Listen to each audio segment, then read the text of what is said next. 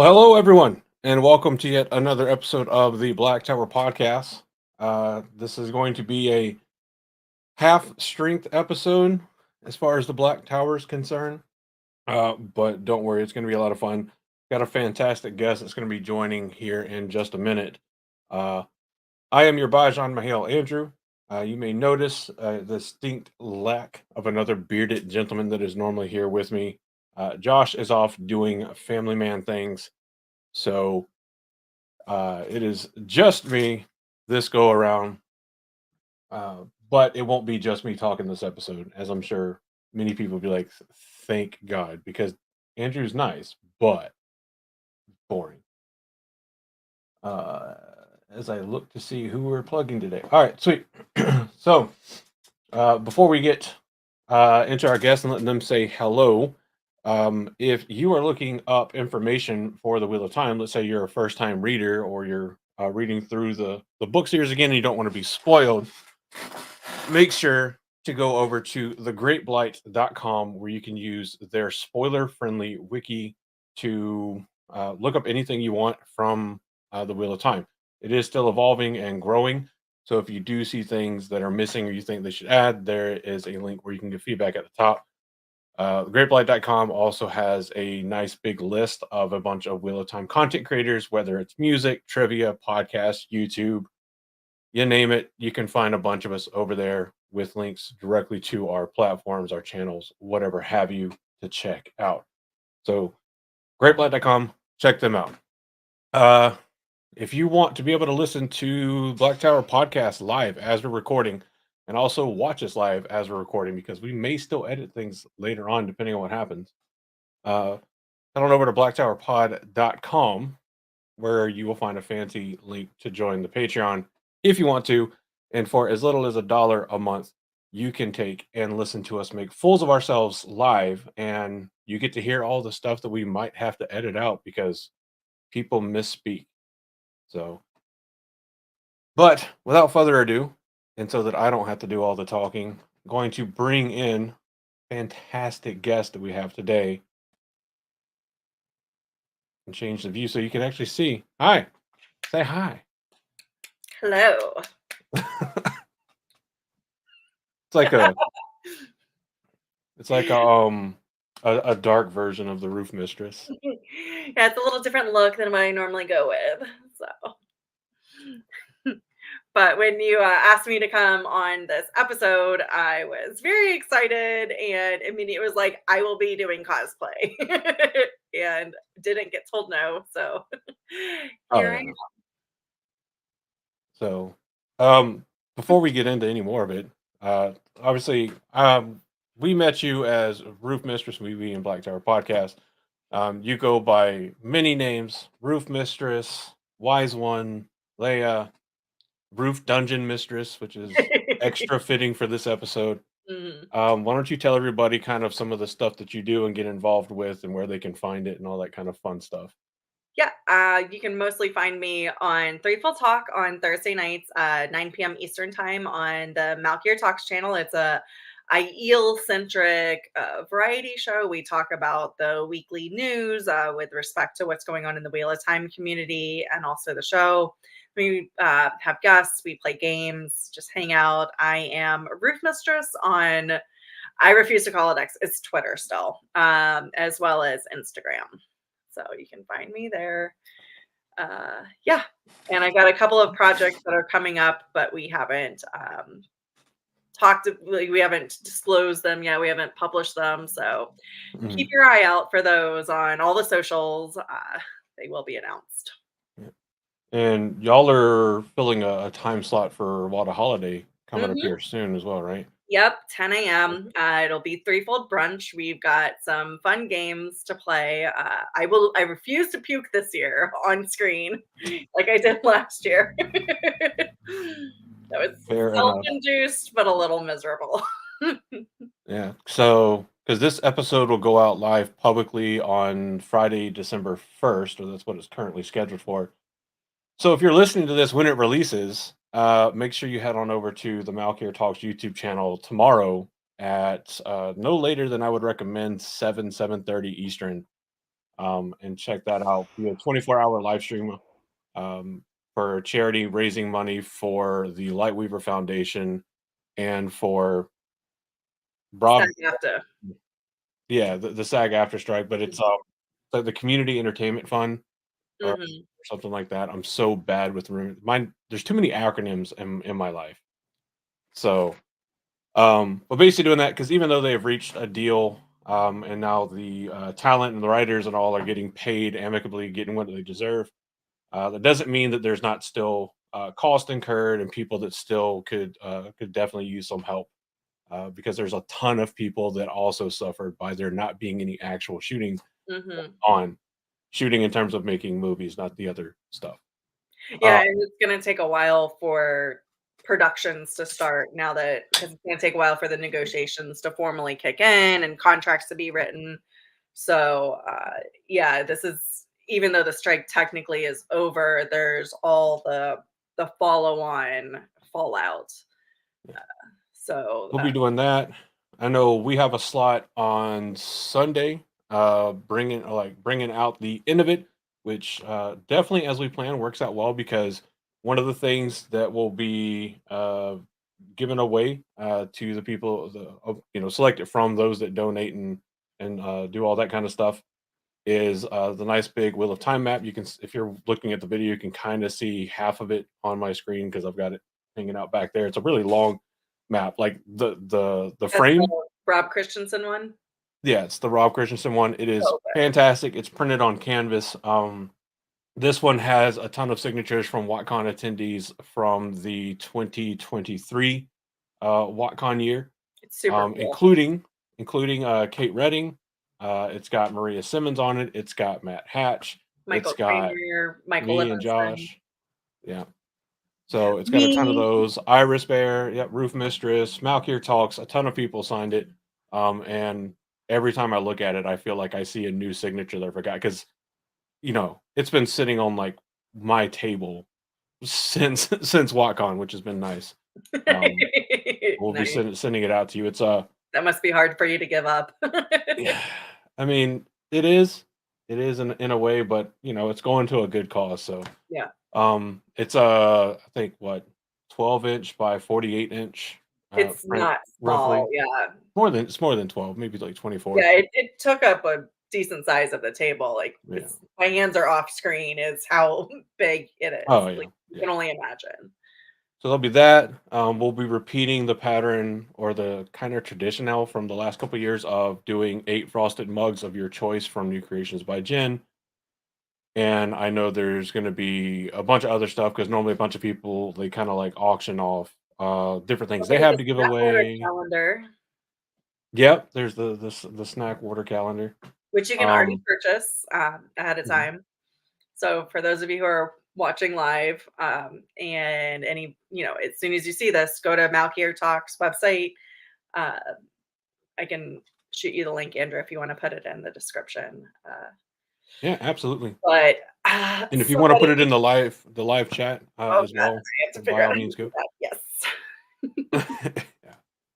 I forget about it too until I look over and see that I have like part of my screen that is the live YouTube chat. So, but yeah, go do all that, and definitely come out for the Wada holiday stream. Pay attention on Twitter or whatever you want to call it, all the other social medias, um, and all that'll be tweeted out. And I'm sure at least one of your favorite shows will be there. And I only know that because Black Tower is going to be there. So if you're listening to this, I would assume that we're probably one of your favorites, or you're just a glutton for punishment, I guess. Which is fitting for this episode, being a glutton for punishment. Um, but before we get too far into the weeds on that, is there anything else that you wanted to bring up? I don't want to just blow past anything Uh, else. not off the top of my head. Sweet. Well, then we're going to go ahead and get everybody protected with this spoiler warning as soon as my blurry eyes let me read. There it is. So that everybody's protected from spoilers because, surprise, we're a spoiler centric podcast. Welcome to the Black Tower, a Wheel of Time podcast. All right, let's check here. Okay. This podcast episode will be spoiling books 1 through, let's be honest here, whatever Josh lets slip. So how about you pull that spoiler condom all the way on? Anyway, quit your whining. The last book came out in 2012. He was actually a ghost, and Rosebud was the name of his sled for creator's sake. Yeah. What more shot he said? That's funny. So good. But I love well, that like they were talking about Josh and all right. not here. Whatever Josh lets slip, which, if you go with like silence speaks volumes, it could be he says everything or he says nothing. So, True. however you want to go about that. But maybe the best way to bring up the topic of this is to let you talk a little bit about the persona you are embodying at the moment, which looks fantastic. If you're only listening to the audio, do yourself a favor, head over to our YouTube channel and pull up this episode at least long enough to see the fantastic cosplay that Leia's got I going on. will send I took a couple of selfies before this, so I'll make sure to send those over to the boys so they can post on the socials. So if you're Oh, listening only via audio, hopefully you can check it out on their socials. But I am dressed in all black for a reason. We are talking about my favorite Forsaken, and I will officially say right here, I do love Lanfear, but Matt Hatch is wrong. Lanfear is not the best Forsaken. Semirhage is. So bold statements coming out already. I will spank anybody who disagrees with me. But yeah, Semirhage is she isn't frequently mentioned in the books, uh, especially from a first person perspective.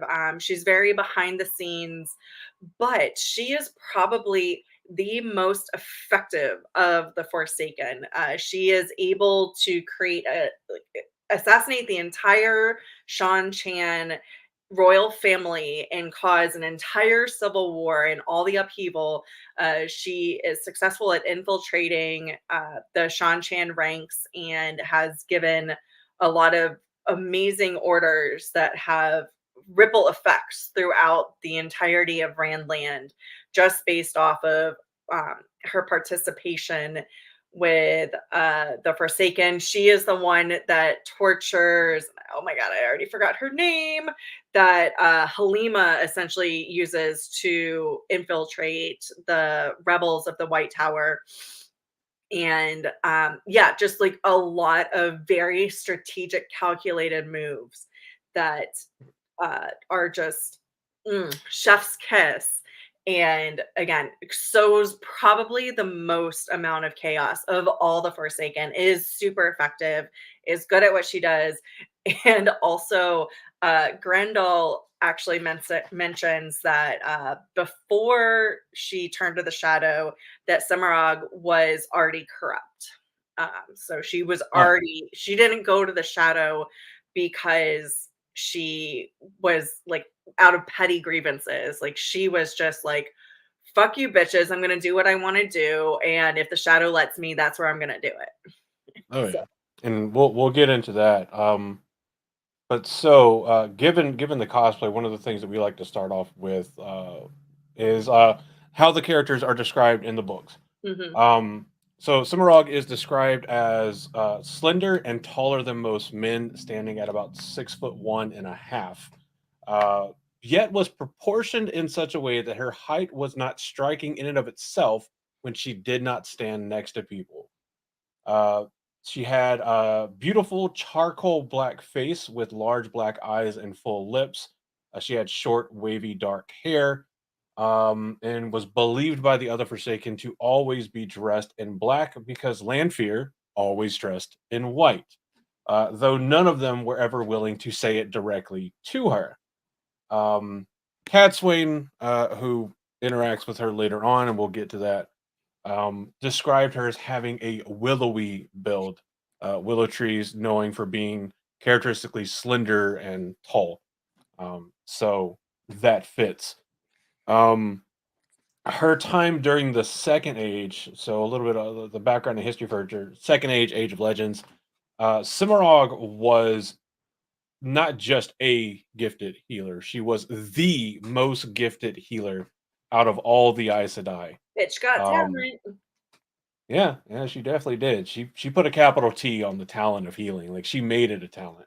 Oh yeah. To the point where she had her occupation, rather than just being a doctor or healer, was known as a restorer, Well, the which just Restorer sounds was cool. actually the Age of Legends name for healers. But she was Yeah. one of the most around. I Yeah. like the name more, like to a degree. Like I like healer because it sounds like like combat medic. Healer Mhm.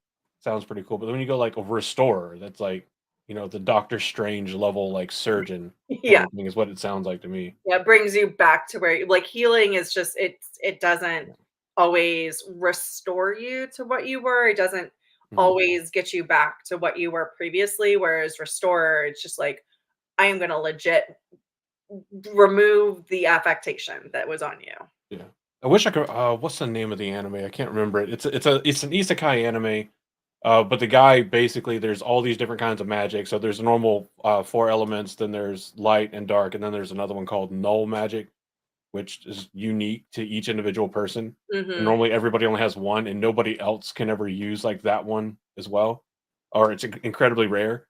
But he's able to use all of them, and he finds out that someone had a type of null magic that called restore, that it Oh, took the interesting. body and restored it to its natural state. So, like, he's able to use it to, like, cure blindness, Oh, cure wow. poisoning, all kinds of stuff.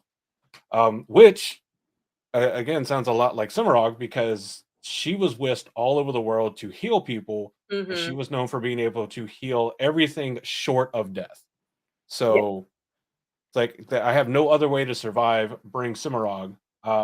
But she was also she developed a reputation and became a healer of last resort for most people because for some reason that we'll get into probably starting here, a lot of the people that she healed, if not almost all of them, wound up going through a fair amount of pain, to the point where for the longest everybody thought that, like, well, yeah, she's the only one that can heal these things, so yeah, maybe it just hurts a little bit, until eventually, uh, what was actually happening was discovered because your girl liked to cause a little bit of pain as she did her things, just a little bit, and so eventually she got busted doing that. And then in addition to that, she would also take in, if she was tasked or asked to heal somebody, and in the process of like talking with them or getting to know them or whatever, she just decided by herself that they didn't deserve to live.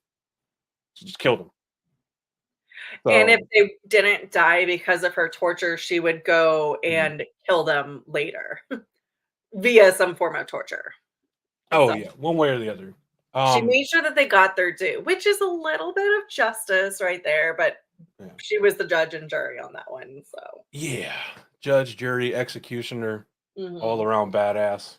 Um, Eventually, the Hall of Servants finds out what she's doing, what's going on, and the sadistic nature of her crimes. They're horrified. It's kind of similar to how they reacted to Agenor with his like human experimentation. That's a Except great for him, analogy. yeah, except for him, they were just kind of like stop. They don't really go into it, though. Presumably, he got almost the same offer that Cimarog did. But Cimarog got the offer to uh, basically either be completely stilled or she could be bound as a criminal by the binders, which we now know in the Third Age as the Oath Rod. Originally, they were binding rods Mhm. used only on criminals um, that could channel.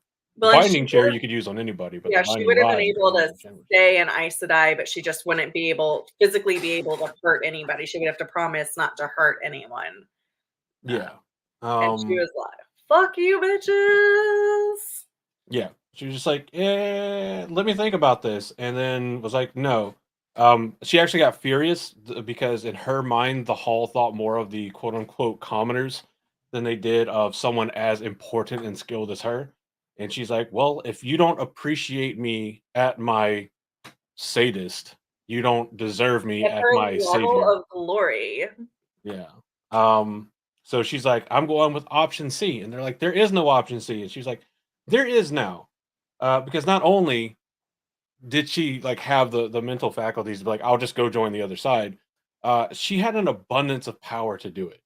because in terms of strength, she was at the top, paralleled only by the Shan lady Olivia that we meet in the Third Age, and Lanfear from the Age of Legends. So it's safe to also assume that by the time of Lanfear's rebirth, Cimarog would have been stronger than her if she was still doing the Cimarog things. But you know, no, she's still alive by the time we first see Sindane come back. But Yeah, she's still there, and she I think she's actually there when Sindane um, gets introduced, and they're like, "Who's this probably. witch?" Because I can't remember if it was her or Grendel that does the first remarking. I'm like, "Oh, you're wearing red now? Oh, Well, it's from Morgan, gotcha." I believe it's from Grendel's POV, but I do believe Mhm. Cimarag is there because Grendel, Cimarag, and Damodred were very much in cahoots, as we'll discuss later. So But another reason, like the bore had been open for quite a while when mhm, this ultimatum was given to her yeah. to uh, bind herself or accept stilling. And hence her laughter being like, and there's a third choice, fuckers. Yeah. So in the Age of Legends, she was known as right before she became Cimarog, she was known as Namine Damandar Bowen. So she was one of the few that we see named that earned the coveted third name, like Luther and Telamon. Even Lanfear didn't earn the third name. She was just Mirren, whatever her last name was. Yeah, I don't Didn't have remember. three of them, so who cares? Um, yeah, that's what the book's for. Which I could use. It's not like I don't have the companion book open right next to me, but you know, um, um, but so like that's just a Aaron, testament to her. Arrow nail. Yeah, that sounds about right. Sure. Let's go with that. Oh, is that the big Yep. white book of bad art? Yep. Yeah. See, I get tripped up because somebody else says the big bad book of white art, and I almost always say it that way, which is like it's funnier, but it's wrong. It's a Um, big bad. It's a big naughty book. yeah, big naughty book. Sorry. I Um, probably should put this down. I'm really excited. no, by all means. Um, so she's first mentioned in the Fires of Heaven, chapter 3. We first see her in the Lord of Chaos prologue. We last actually see her in the Gathering Storm, chapter 22, and she is last mentioned in A Memory of Light, chapter 22. Um, Says if you didn't already figure it out by our comments and talks about Lanfear earlier, Cimarog is dead by the end of A Memory of Light. Well, before the end of A Memory of Mhm. Light, the Gathering Storm actually, but she doesn't survive this whole thing. I mean, few people do. So yeah. Let's see. Do we want let's do some historical notable achievements. The one that always stands out to me the most, the whole like, oh, if you get 13 channelers and 13 merge all together, Mm. we can force you to follow the shadow. Yeah, she discovered that. That's all her thing. So Mazrim Taim's entire ability to turn the Black Tower into a haven for dark friendery is thanks to Cimarron. Yeah, she was not just a powerful healer of the body, she was also excellent at the mind. And I know Grendel is one of the ones that gets the credit frequently for just being able to mend the mind and deal with the mind. Grendel doesn't really heal the mind; she just manipulates the mind. Whereas Semirhage it uses her restorer abilities to heal the mind and change the mind. And after she turned to the dark, she was given governorship over multiple provinces. And this is where she started a lot of her more evil studies. So, what she did before she turned in the dark was more just dalliances of just sadistic torture of her patients.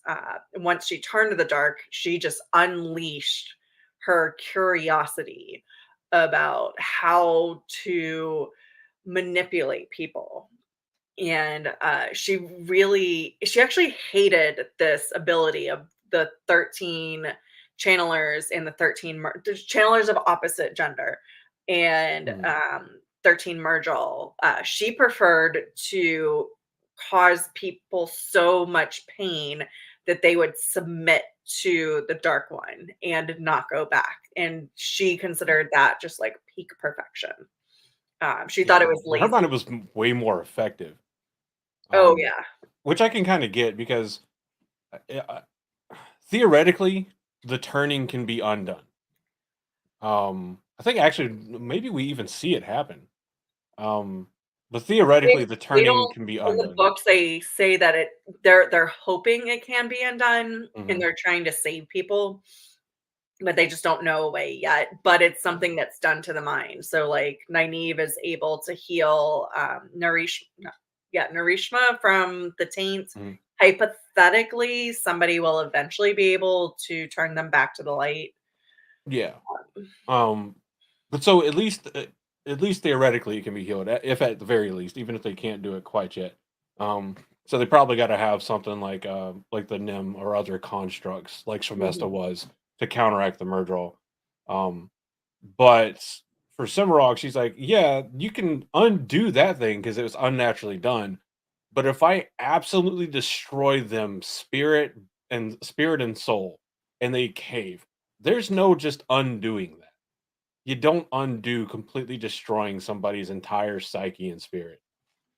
Yeah, and the Big White Book even says, the people who have publicly come out for the dark, and that was one of her crowning achievements, was that she was able to get these huge public figures to come out in favor of the Dark One Mhm. and that side of the war. Even if they eventually recanted, they removed themselves from public light because they were terrified that she would find them. They basically went into absolute reclusion, witness protection program, whatever the memory or the Age of Legends version of that was. Yeah. The light protection program. Um, well, she was also, and this is one of the smarter things that you ever. A lot of it's terrifying how much of like some of the smarter things done by the Shadow are attached to people like Cimarog. Like Agenor gets a lot of really smart achievements just because, he's like not particularly strong himself. But whenever you literally create the entire military force of your faction, you kind of get a pass. Oh yeah. Um, for Cimarog, one of the smarter things that she did that helped the Shadow overall was she was in charge of the network that rooted out all the traitors in the Shadow. You know Mhm. that thing that's like the entirety of at least the first, what, 4 or 5 books, we're, like, staring at the White Tower being like, "Why don't y'all have somebody that looks for this?" Like, there's dark friends everywhere, you think they're just not here?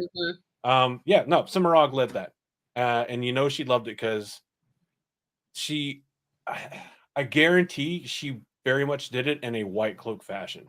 Whether you're guilty or not, you're going to confess to being a traitor, and you're going to suffer for it. Mhm. And I think maybe the TV shows not Valen Luca, not that guy, Eamon even Valda. Valda, Mhm. um, had to have Also a read some trusty story metal. about Cimarog. Yeah. Like he's like, yeah, she was, a horrible, evil person, but she had some neat ideas. Is I guarantee what Well, he's it's thinking. super effective, and when you have no moral compass, you're able to exploit, uh, things that people who have ethics and morals and constrain themselves, you're willing to do things that they just aren't. And, yeah, and I will say, and this is a little bit of a real life tangent, in order to truly extract good confessions, you can't just point blank torture people because like the witch trials, the Salem witch trials and like all the witch trials in England and across Europe before that, they would just literally torture people until they confessed, like the white Mhm. cloaks do, until they confess to being witches. And that's not what Cimarog was really trying to do. She wanted the information and she knew exactly how to get the information out of you. And she didn't just use pain, she also used pleasure, which is kind of crazy that like Mhm. um you can uh, that pleasure can be terrifying. Um as I've Right, got like and my crop and I'm like, "Mm, oh, as hopefully that's not exhilarating as terrifying." exhilarating and enjoyable as it can be, it can also be absolutely terrifying. Mhm. And she was terrifying because this I didn't know until I was looking at the stuff for this episode, which definitely happened like over the course of the last week, not within the last like 30 minutes or whatever. Um, there was a point during the War of Power where she was captured by the forces of the light, and they were holding her, and she terrified her guards so badly that they smuggled her out. Like that's the point where you think the person is the least dangerous to you. They're still able to terrify you enough where you're like, Mhm. yeah, no, I'm just gonna turn on the entire side I'm fighting for and smuggle out one of the most dangerous people roaming the earth right now. It's self-protection at that point, like, "Oh my god, what is she gonna do to me? What is she gonna do to my family? Like, let me like, I'll take that deal. I'll take that deal because it sounds like you're gonna escape anyways somehow." You just So imagine like they're sitting there in the dark or at night, just guarding her, and all she's doing is like talking her way through how she's going to torture the guards. And they're just sitting there for like after 3 hours of listening to their own torture being planned out, and it's still only just begun. Like there's a bit of getting it like that's like she shows such a natural aptitude for psychological warfare. mhm. Well, Like and forget her being like developing psyops, like she is the psyop. she is yeah.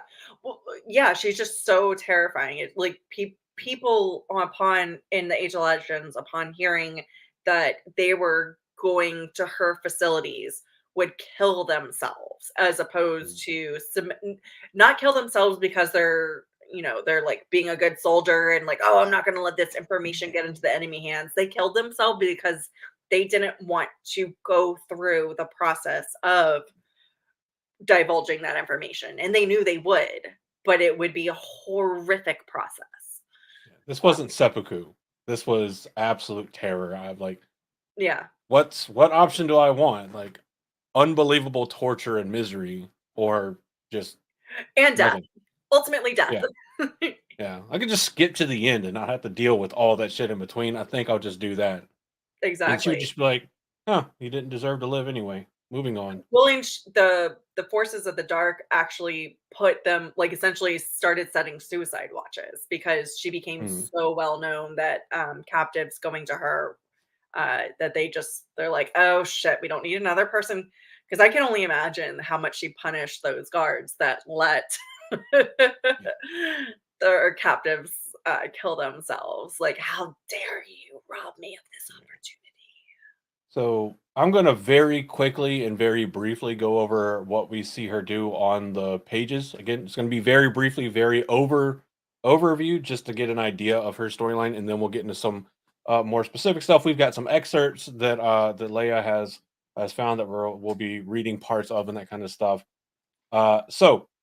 Upon her release, it is assumed and reasonably assumed that Cimarron, Demandred, and Masana did a lot of working together since before the War of Power, and that would continue on, especially given Cimarron's intimate knowledge of the brain and pain and pleasure centers.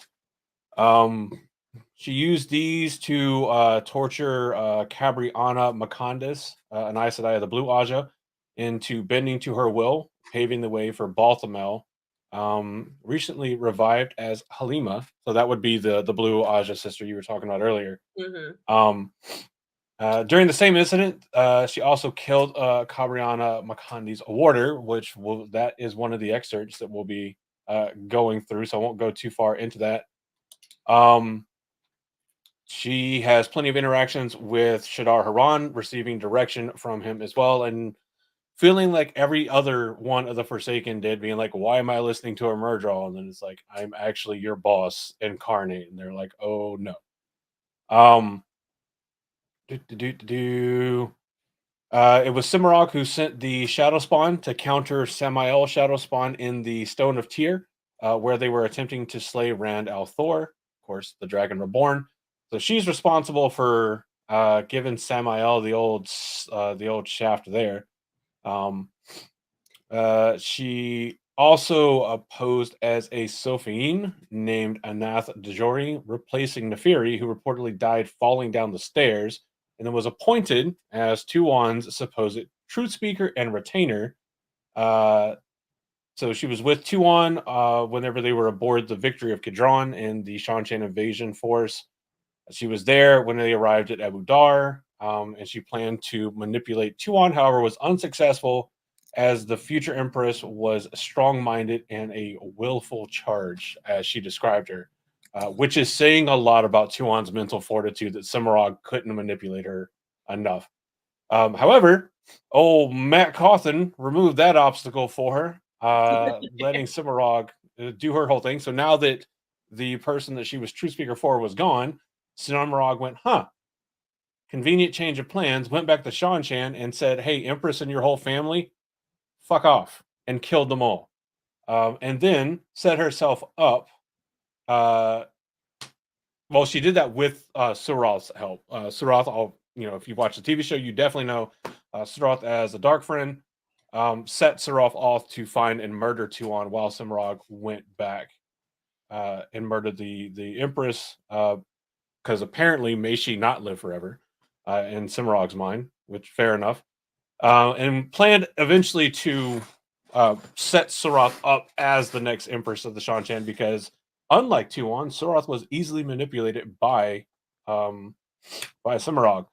Well, and Suroth was already a dark friend, so she's just going to whomever at that point. Yeah. Which, like, seeing how she's portrayed in the TV show just makes it even more believable. Because every time I see her, I'm just like, I don't like you.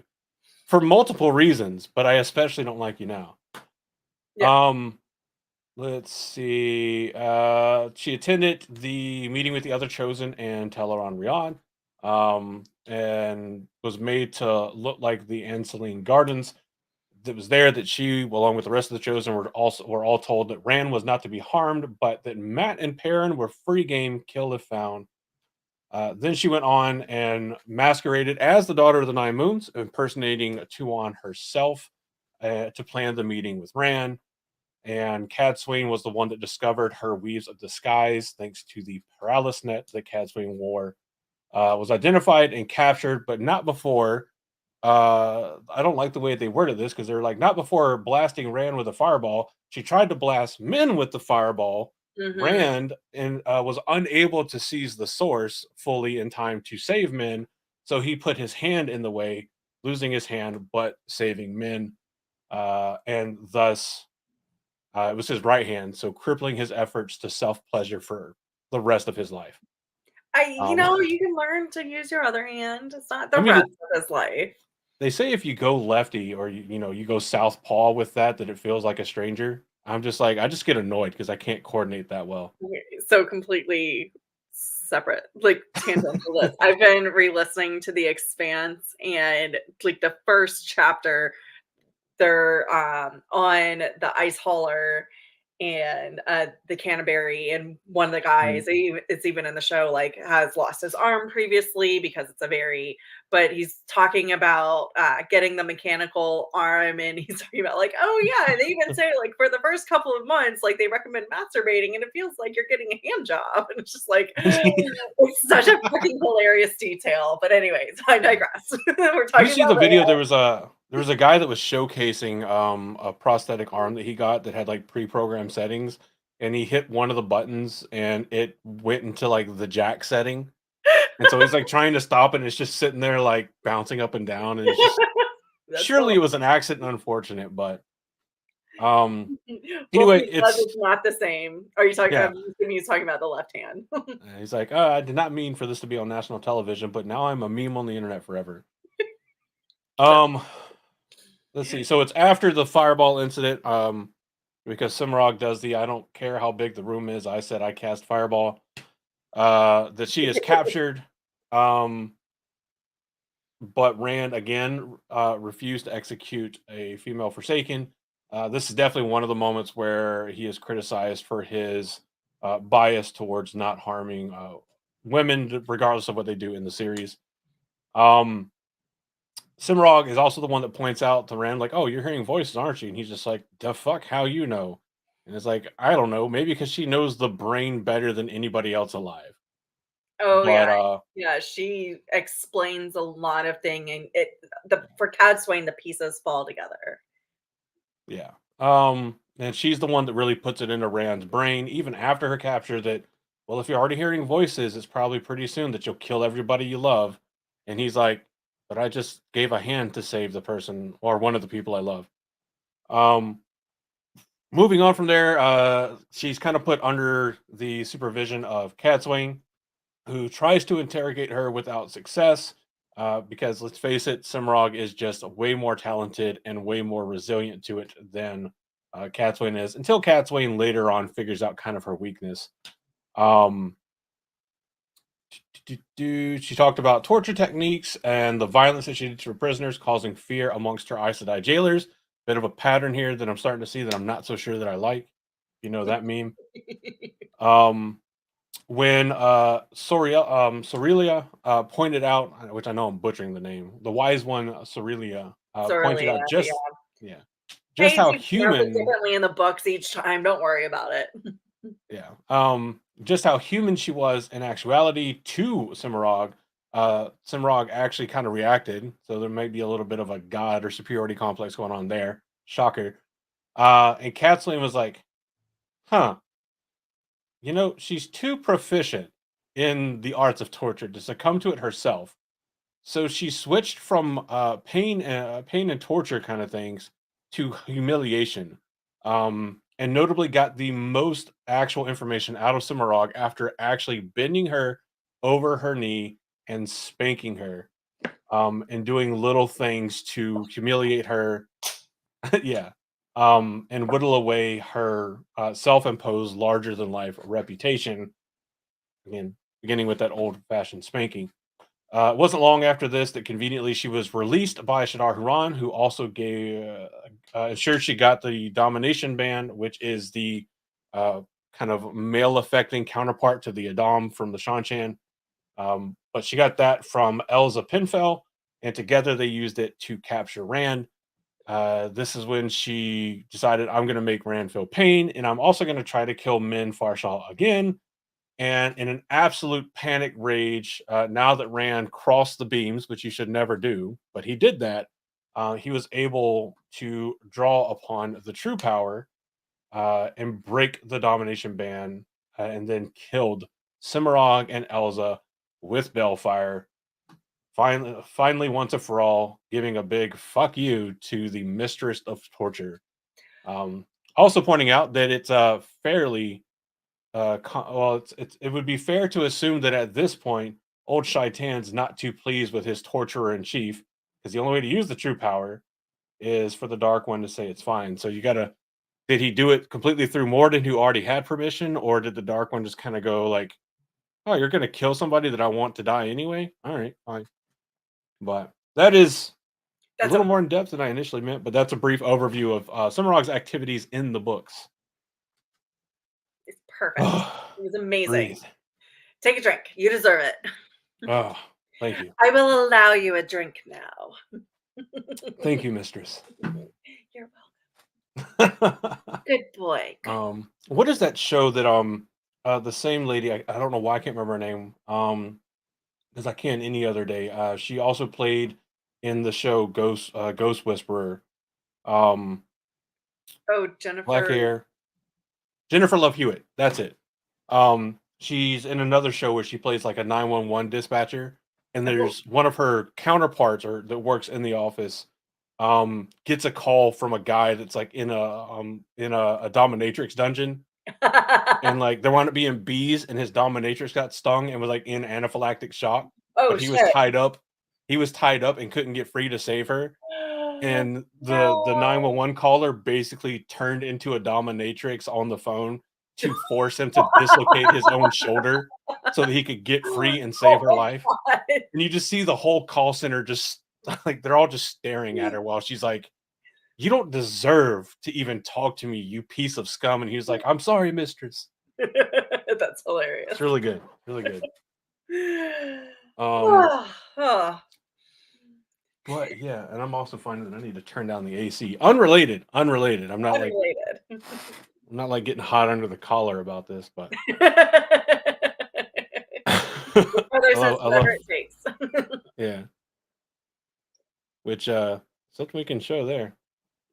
Yeah, So we can do that. Well, you could do that. yeah. I am just a guest. So where do you want good sir, good boy, where do you want to start with this? Where do you want to dive in? I've never been on this side of that kind of exchange. I'm telling more about myself than I ever meant to. I'm telling a little bit more about myself, I think, also. I mean, This is a if very let's interesting just blame it relationship. on D&D. If you play enough D&D, you have to like portray True. yourself as enough characters where you can just figure it out. Oh yeah, Um, especially like IDM. So like dungeon master, not well different. Yeah, yeah, that works for both. I Anyways. mean, it does. It does. So what type There's of more dungeon than master are dragons we in the talking dungeon. I'm about? telling you that. Um, Anyhow, um, can I I love. recommend that we start with the Yeah, Cabrana stuff?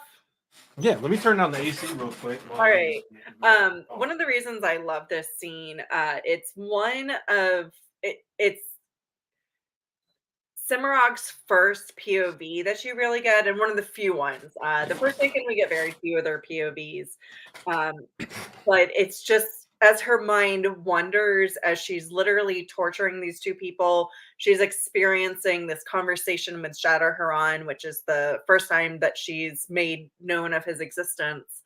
But it's fascinating, and one of the reasons I really do like talking about like learning more about me than I normally let people know is I've always had a fascination with the concept of torture and how it elicits things. I did a um my high school took a European tour between my freshman and senior year, or freshman and sophomore year of high school, and we went to this in England, one of this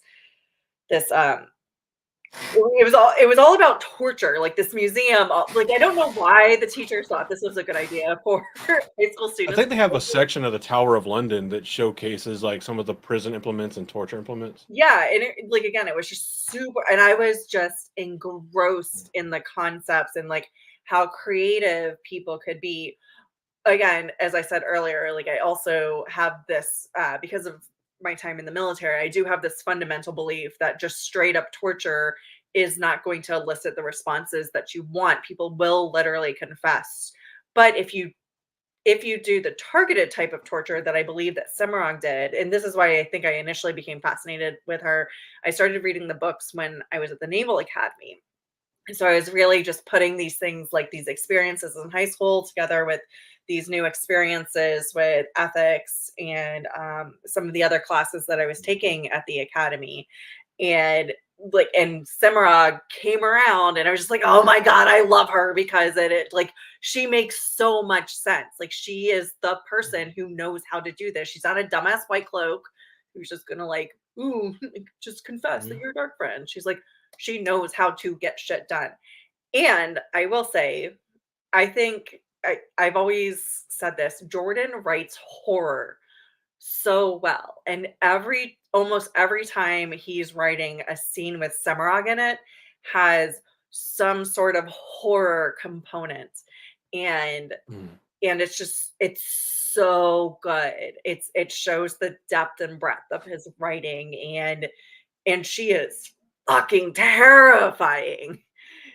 So, anyways, the Yeah. Cabrana stuff, it's the two different types of torture.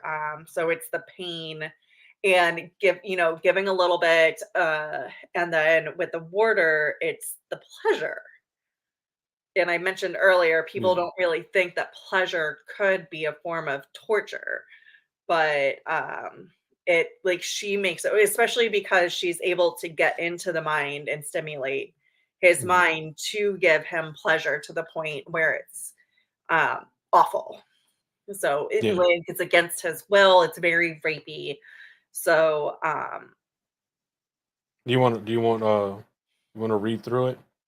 Oh my god. Do you want Or do you want me to? Or I'm not the best at reading out loud, but I can. no, it's fine. I can do it if you want. Yeah, I got it right here. I So have some it. of this we're gonna abbreviate because we're not gonna read like 7 pages of stuff.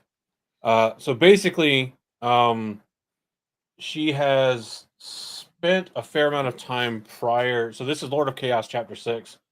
After the whole Samael and Grendel and then Grendel passages, later on, she just got done torturing Cabriana with pure pain, and has moved on to a separate room in her dungeon of torture and pleasure to address her warder directly. But before that, Shadar Haran makes an appearance, and she kind of gets her come to not Jesus moment with Shadar Haran, because she mentions abruptly she realized that her hands were pressed hard against her stomach, which seemed a ball of ice.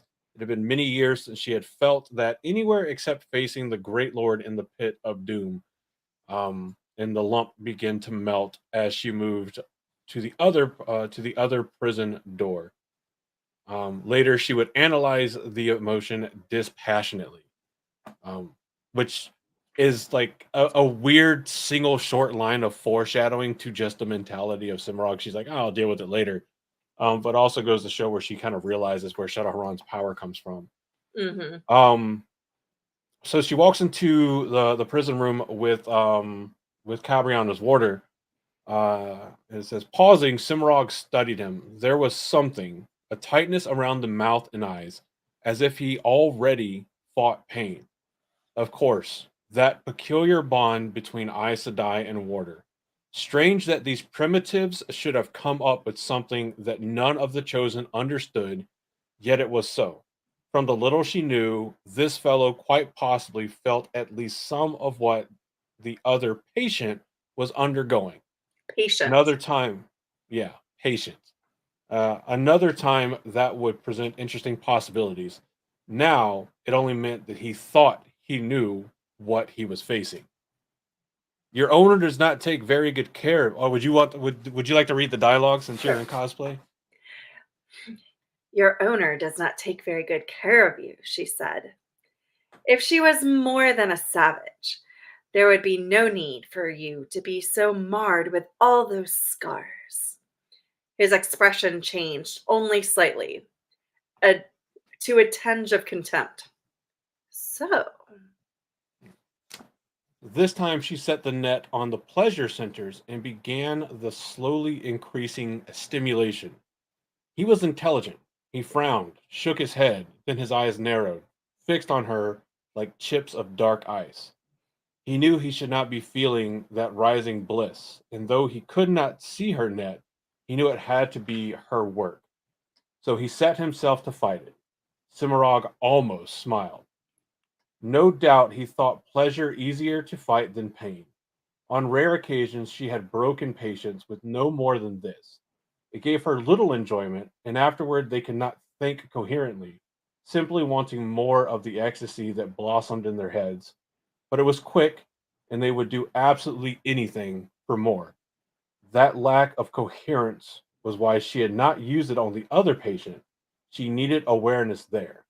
This fellow would learn the difference soon enough.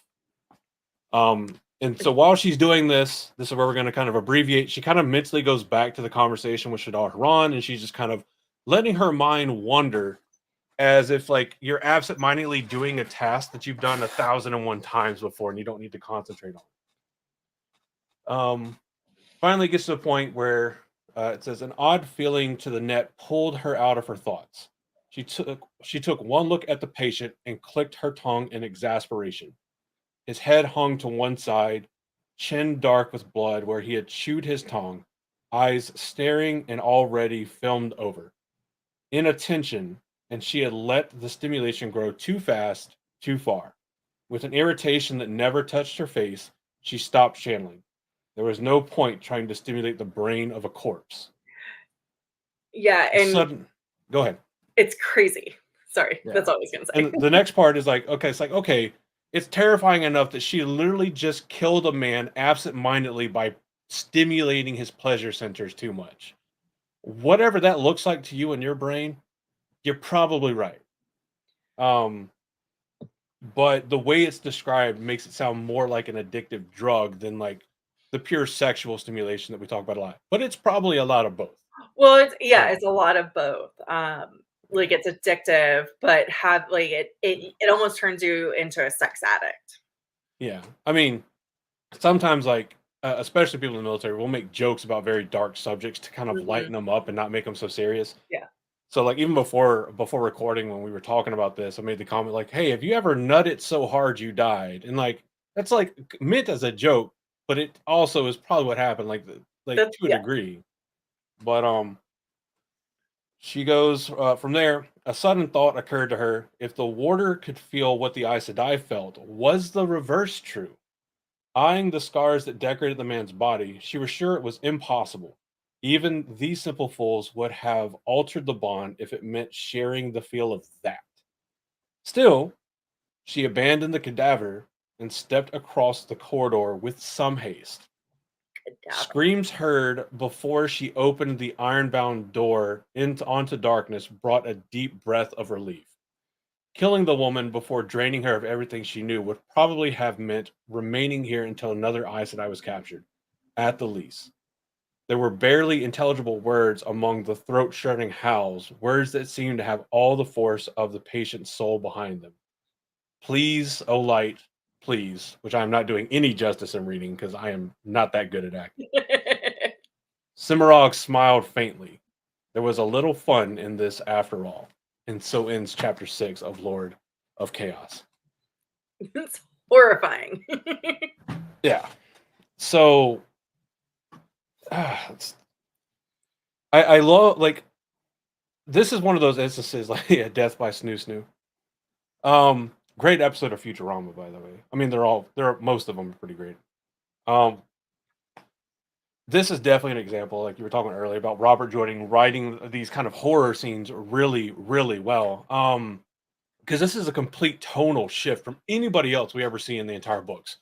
Like in the subtle ways too, just the oh, this patient, that patient, The this cadaver. cadaver, Yeah. the corpse, all this kind of stuff where you're and it fits so well with Simrock. She is a medical professional by trade, by Mhm. history. And this is how she thinks. Like she thinks in medical terminology. And it makes me think a lot of I can't remember the numbers, like one of the camps or it was unit like 374 or something like that. It's really famous from World War II. It was a Japanese unit Mm. that carried out horrific experiments on POWs, like much in the same Oh, way the one that, in China, yeah. yeah, much in the same way that, like, well, in some ways, I don't, well, not to say one atrocity is worse than the other. In many of the same ways that Nazis experimented on whoever they put in their camps, because it Yeah. wasn't just Jewish individuals. Um, but they would do things like, and I could definitely imagine Simrock doing this. They would amputate and swap limbs just to see if it worked. They would swap limbs from different people just to see if it worked. It Mhm. was a fairly common practice for them to intentionally infect their patients with syphilis just to see how the disease progressed. Horrific stuff. If you have a weak stomach, don't look at any of that stuff. Like that's Yeah. not like I'm making fun of anything. Honestly, like it's horrific stuff that went on. Um, so, Well, and but sadly, a lot of unfortunately, out of a lot of what the Japanese and the Germans did, they were able to like, the scientific community was able to take some of the bad things that they did that yeah, you ethically would never ever be able to do and use it yeah, for future purposes. And I do like again, why around the time that I was learning about all these things in school was when I was reading these books, and it just became this fascination of like studying these atrocities of war, but learning about this woman who in her previous life had probably been able to do something similar, like taking these horrible experiments and being like, oh, but wait, like that might work. Um, like she yeah, did with the not the bond just spice, then. like She's like, not okay, like don't like no, I don't think any of that's okay ever, but and I'm not trying to make light of what happened, but Oh yeah, no, absolutely not. I mean, it's one of the things again, like trying to make humor out of intrinsically dark and horrifying Mhm. situations.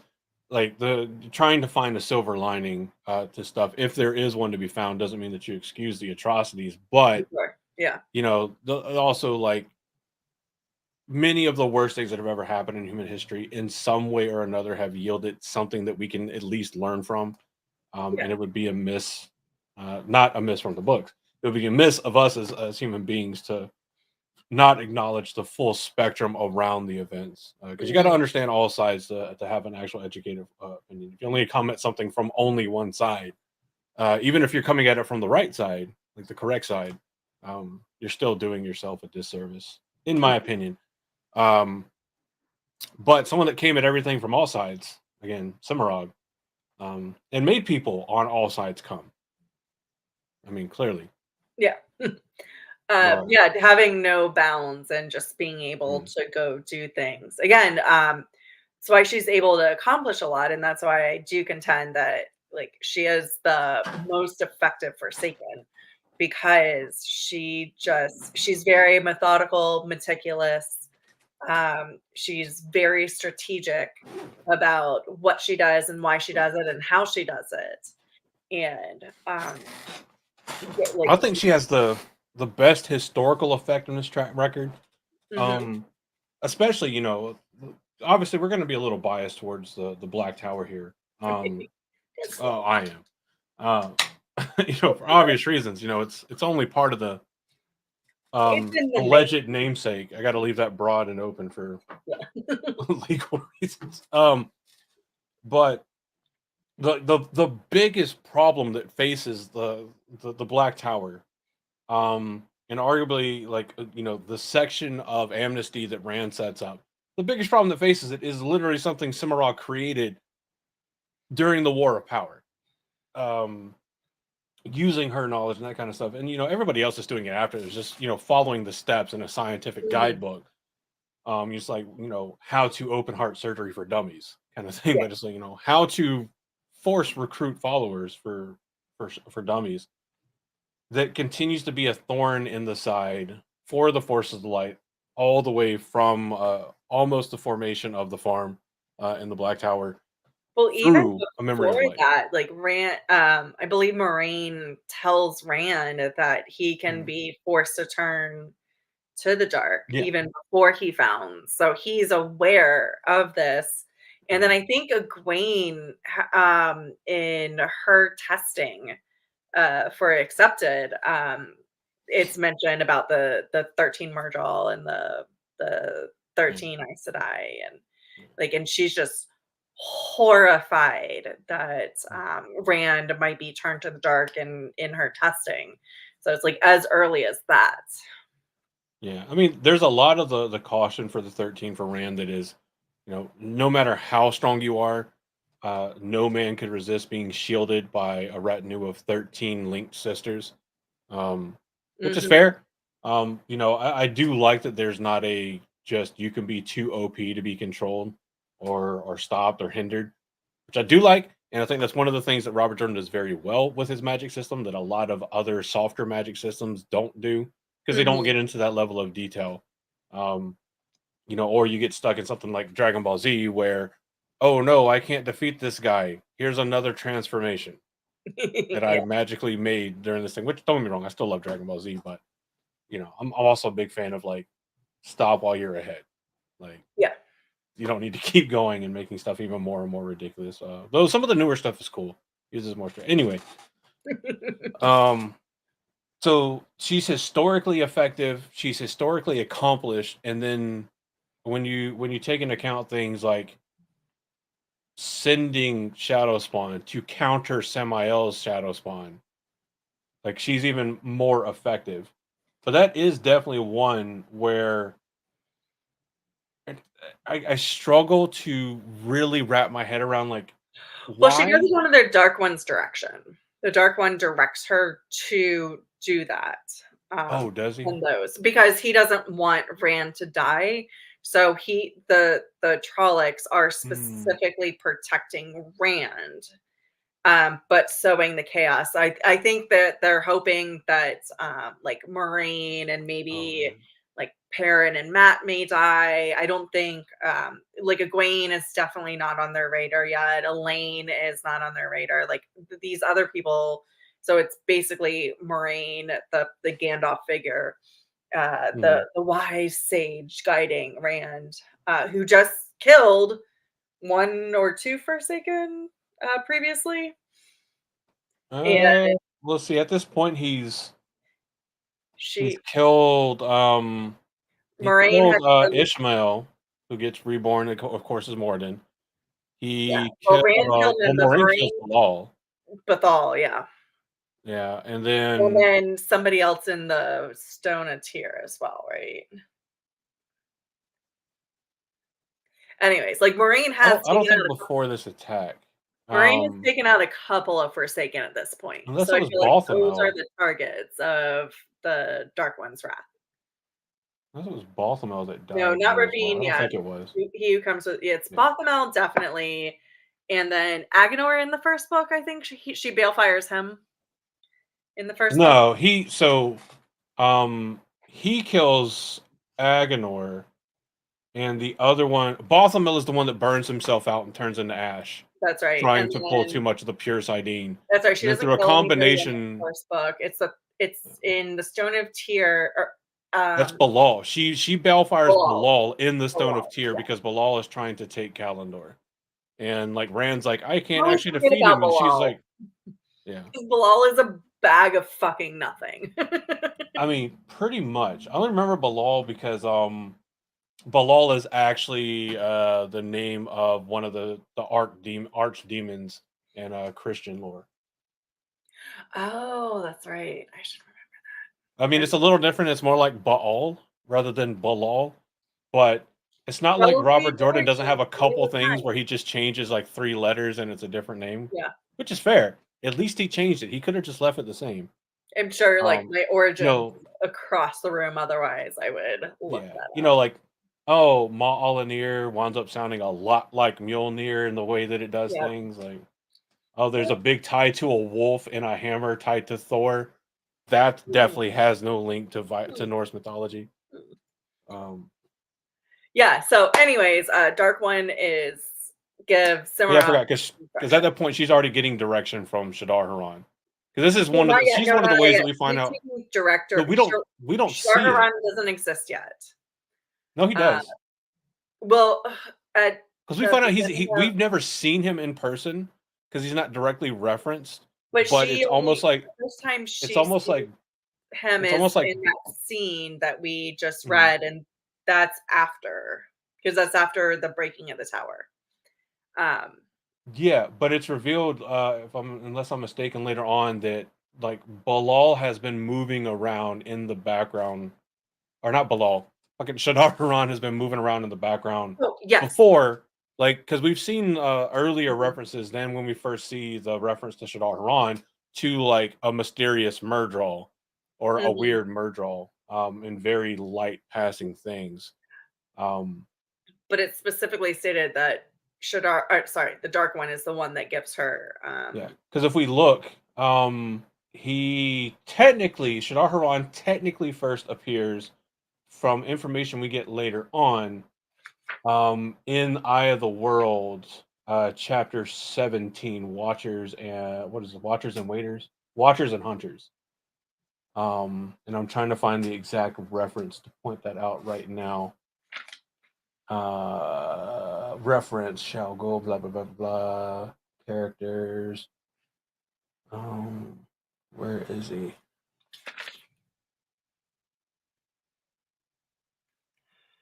Shadar Ron is not in the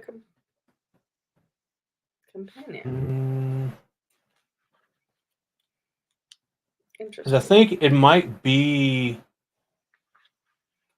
Yes, there's a fade that tries to fight Rand. What fucking hall are they in? He's in a hallway. Uh, Rand heads for his room, sipping his milk, and a fade appears from the end of the hall. Halfman asks Rand where the others are, but Rand is unable to either answer or run away. As the sound of boots running in the upstairs hallway is heard, the fade swings its sword at Rand's head, then stops at the last moment, saying that Rand belongs to the Great Lord of the Dark before vanishing from the hall just before Land comes crashing down the stairs. And it's uh, I think revealed through context later that fade, because no other fade speaks in the books other than Yeah, Shadar he is Haran. the only fade that Yeah, verbalizes. that we find out by context clues later on and learning more about Shadar Haran, and the mannerisms of that fade fit perfectly with Shadar Haran. That is like the first time we see Shadar Haran. Now, in writing, was it that Robert Jordan wrote that and is like, this guy will be Shadar Haran, and you'll find out like in Mhm. like 5 books from now or whatever? Or was it something that RJ had a fade do and it just happened to work out to where it was Shadar Haran? And then Maybe a he, little like, column A, column B. retcons it and is like, "Oh, yeah, that was totally Shadow Yeah. Huron." But yeah. Also, I would So just like to bitch really quickly, total tangent. This mhm. this paragraph is the entire entry for Shaidar Haran. Why the Is that the fuck do we companion? only get Yes, why the fuck do we only get one paragraph on this badass, again, evil tool of the dark where, like, there's an entire paragraph this same size describing Elaine's bosom in the same book? Like, I mean, please give us more contextual information about some of the characters. And as much as I love boobs, I'm a boob chick. I love boobs, wow. but I don't need Not an wow to what you said, but I'm like looking entire like paragraph we get a bigger describing the entry for the companion. Shido IL than we do Shadar Haran, Yeah, it's which shy. they do have a lot more screen time, but Hmm. Shido IL. But still, it's just like, come on, like, give me more info. Anyways, yeah. So we're talking about the Stone and Tear and sending the force of the dark, namely a group of Trollocs. Yeah. Also, I always was fascinated because I don't think I really got a good answer on how she got the Trollocs through, because Trollocs can't go through gateways. So, like, is there a multi-force manipulation going on, and the Dark One knows, and he's like, okay, so this thing's gonna happen, but I also need you to send these Trollocs another way, and they sneak in somehow because they can't go through the gate. Uh, Yeah, not the gate. they can't go through traveling gateways, but they can go through the ways. But the Ways was out of the city, far out of Yeah. the city, Well, I mean, you wasn't it? wouldn't. Oh, no, I that mean, was the no, stone. they were in That this. was That was that in was the the city pillar, because there were sorry. Ogier groves at all of the major cities that the Ogier were working at But the during the Age groves of were Legend. still outside of the city limits at that point, I think. I think they were. But I mean, Yeah, I don't if you're yeah, bringing in and staging a military force, like honestly, that's ideal. Like the same reason why like the Waygate near Amon's Field was actually like in what was the Ogier Grove for yeah, Manetheren. miles away. Um, yeah, Yeah. miles away, and that's like, how could you Camelins have asked thousands of Trollocs? Well, easy. We did it where nobody goes. Camelin's one Um, of the few ones where the city has overgrown, and it's, like, in the basement, and then even in Kyrian, it's a mansion that's kind of further. It's Barthana, so our favorite, our favorite fop from season 2. But kind of, it's more on the outskirts of where the city is, not quite outside the Fort Gate. But I don't know if I lost Andrew, so hopefully we get him back. But I'm just gonna vamp for a little bit, so we will continue. So the next thing that Semirhage does outside after um, listening to the Dark One's orders and basically saving Rand's life by having these Trollocs Xavier back. I um, mean, I was just it's being not the. No, no, you're great. Um, and it's far from the last time or the first time that we see that like this kind of thing happen. Um, where like two of the Forsaken actively counteract each other, whether at the direction of the Dark One or not. Actually, it's one of the few times we see them counteract each other at the direction of the Dark One. Normally, he doesn't give a fuck, which is part of why they're so ineffective. Well, and even within that, Lanfear is doing her own thing. So it's like the constant, like just, and this is why the Forsaken just don't have a lot of teeth, because the forces of the dark are selfish and they're in for themselves. They won't countermand direct orders from the Dark One, but they will find as much wiggle room as they can and do whatever they can to promote themselves and what they think makes them look good. Yeah, absolutely. Because yeah, even now, like the only people Simrog really worked with was the Mandred and Masana, and we know what in retrospect Demandra was up to, but you don't really you don't see it in the books until you see the effects of it in Memory of Light at Tarmangaiden when he actually finally shows up. And then Masana's like running around doing her own thing. But I love.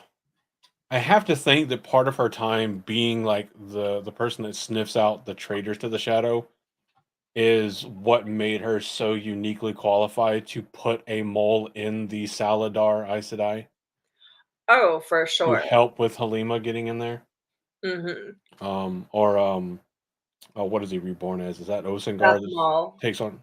Yeah, Yeah, Osengar. Balthamol reborn as Osengar. Yeah, I think Because you have Arengar and Osengar, and they're both like each name corresponds to a dagger and a pair of poison daggers. From a set of dueling knives, yeah, and the Age of Legends, yeah. Yeah. The right hand and the left hand. Yeah. And I always get confused on which one's Osengar and which one's Arengar. Osengar is Agenor reborn, because I remember like he doesn't become Arengar because they both start with an A, and he doesn't go from A name to A name. Ah, alliteration. That works. It's the only way I remember it. A name becomes O name, and then whatever else is left is. So actually, yeah, this is Agenor reborn as Osengar doing the whole Halima thing in Saladar. I thought it was the other way around. I thought it was Bothamel was Halima. I could be absolutely wrong about this. And Halima. Good thing there's a book for that. Yeah. No, Bothamel is reborn as Arengar. Which is. But Arengar is Halima. So, yes. Right. So, yes, it is. As I was saying it, I'm like, that doesn't make a lot of sense for Agenor to be the one that's like manipulating people with headaches. Well, I knew Agenor was what's his face in the Black Tower. So I knew that because Bothamel's Dashiva, yes. Yeah. Because Agenor, that would be how I remember it. Like being on the Black Tower podcast, you think Dashiva would be how I remember, because I love Dashiva. The only reason I remember, again, let me get my crop back out. The only reason I remember that Halima is Baphomet is that Agenor's personality is not the like sexual deviant, whereas Baphomet was very much into like the pleasures of the flesh, to the integrate, like going beyond BDSM and all that sort of stuff, like to the worst regions of the sexual encounters. So not the consensual types, the like not consensual types.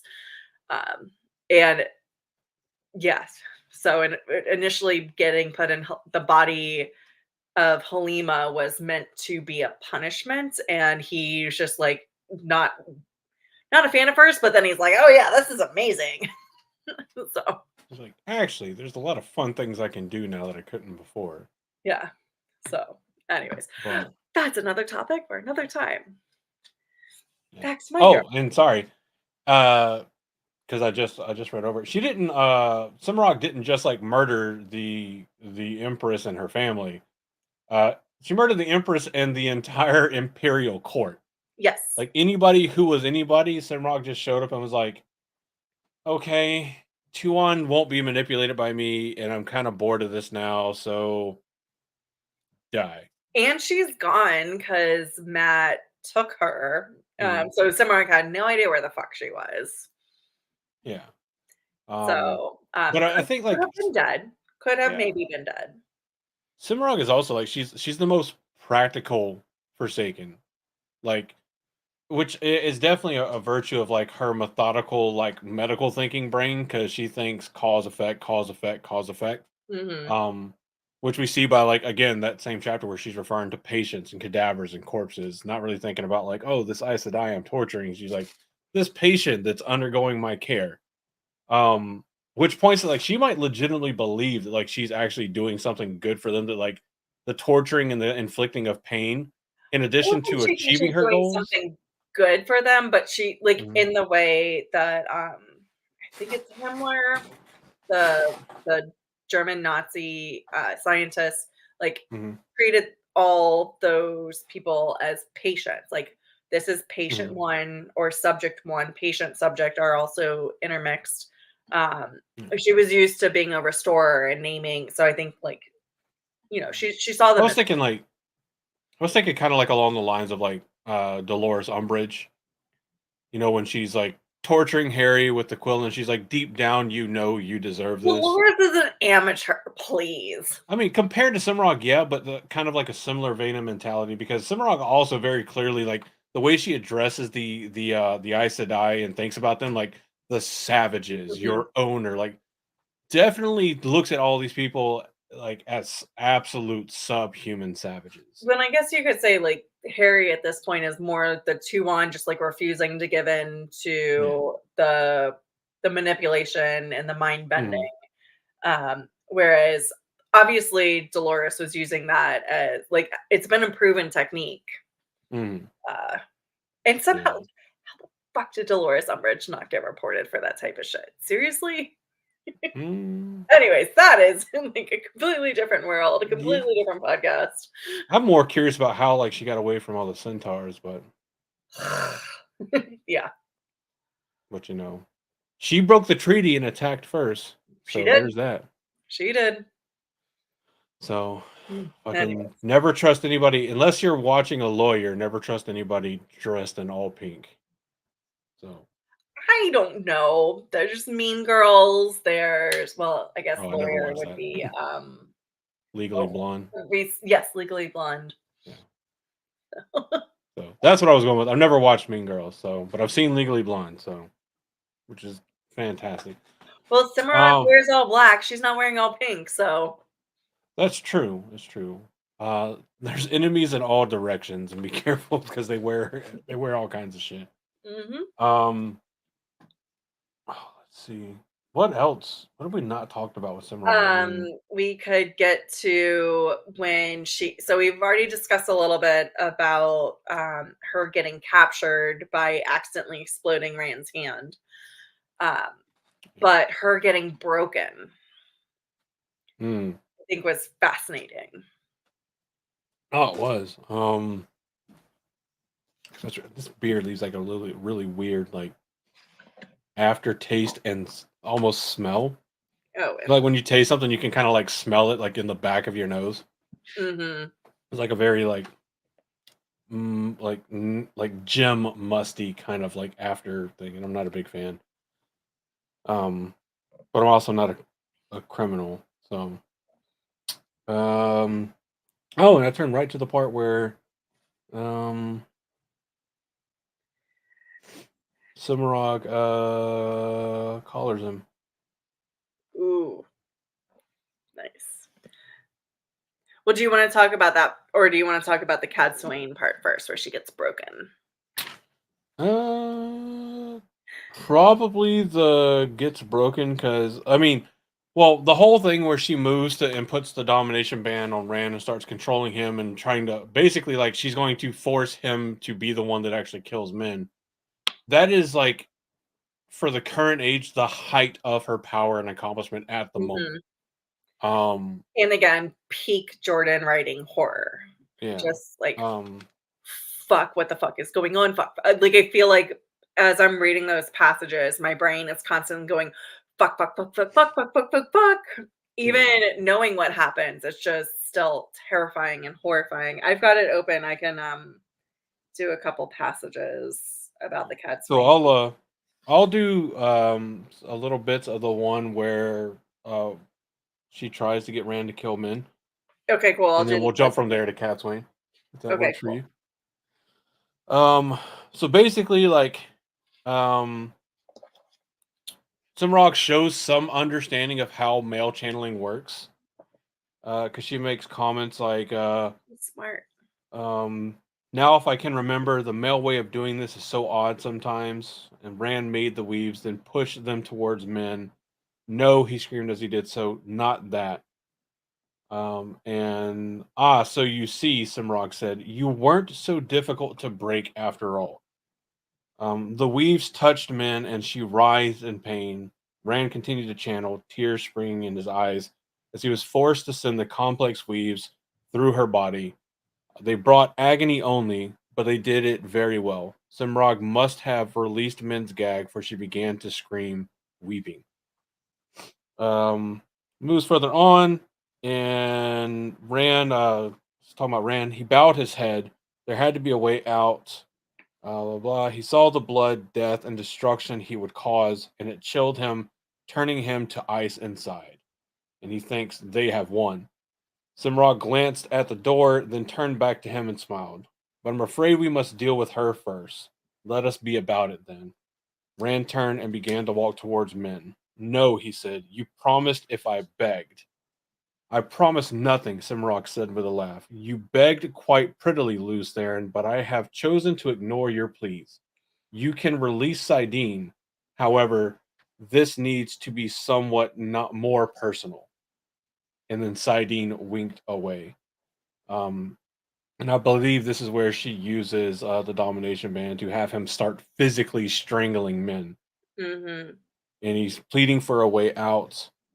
And Lews Theron, meanwhile, in his head is also screaming, Elena, oh light, I've killed her. So just it's horrifying.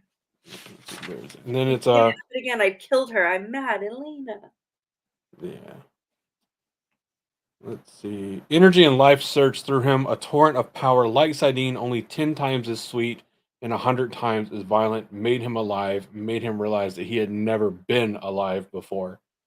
Screamed in both rapture and rage, and wove enormous spears of fire and air, slammed the weaves against the collar's neck, and the room exploded with flames and bits of molten metal, each one distinct to Rand. Simrog looked utterly shocked. But that's impossible, she said. I felt nothing. You can't. She looked up, staring at him with wide eyes. The true power.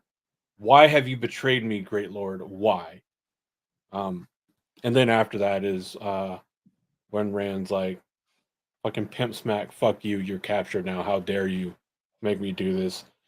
But still, for some reason, like, I don't know if it's given Rand's overall tendency to pardon the female characters for their atrocities in the books. We know it's there's definitely a bias, and it's that kind of stereotypical Southern / country bumpkin from the books, deference and preference away from violence towards the, as Rand would put it, the fairer sex. But I'm sorry, I don't care who you are. If you somehow could control me and almost made me kill like one of the people I love, fuck yeah. and then like I turn around and I'm in control, and it's like, what should we do with this horrendous criminal that's been around for 3,000 years? I'm not going to be like, yeah, no, we shouldn't kill him. I'd be like, no, it's fucking no, Count Dooku them right now. They're too dangerous to be kept alive. Doesn't like, and especially, I guess Lews Theron hasn't really given him a lot That's of common sense yet. But no, I totally agree. So He's not Bodhisattva Rand at this point yet. So he's not.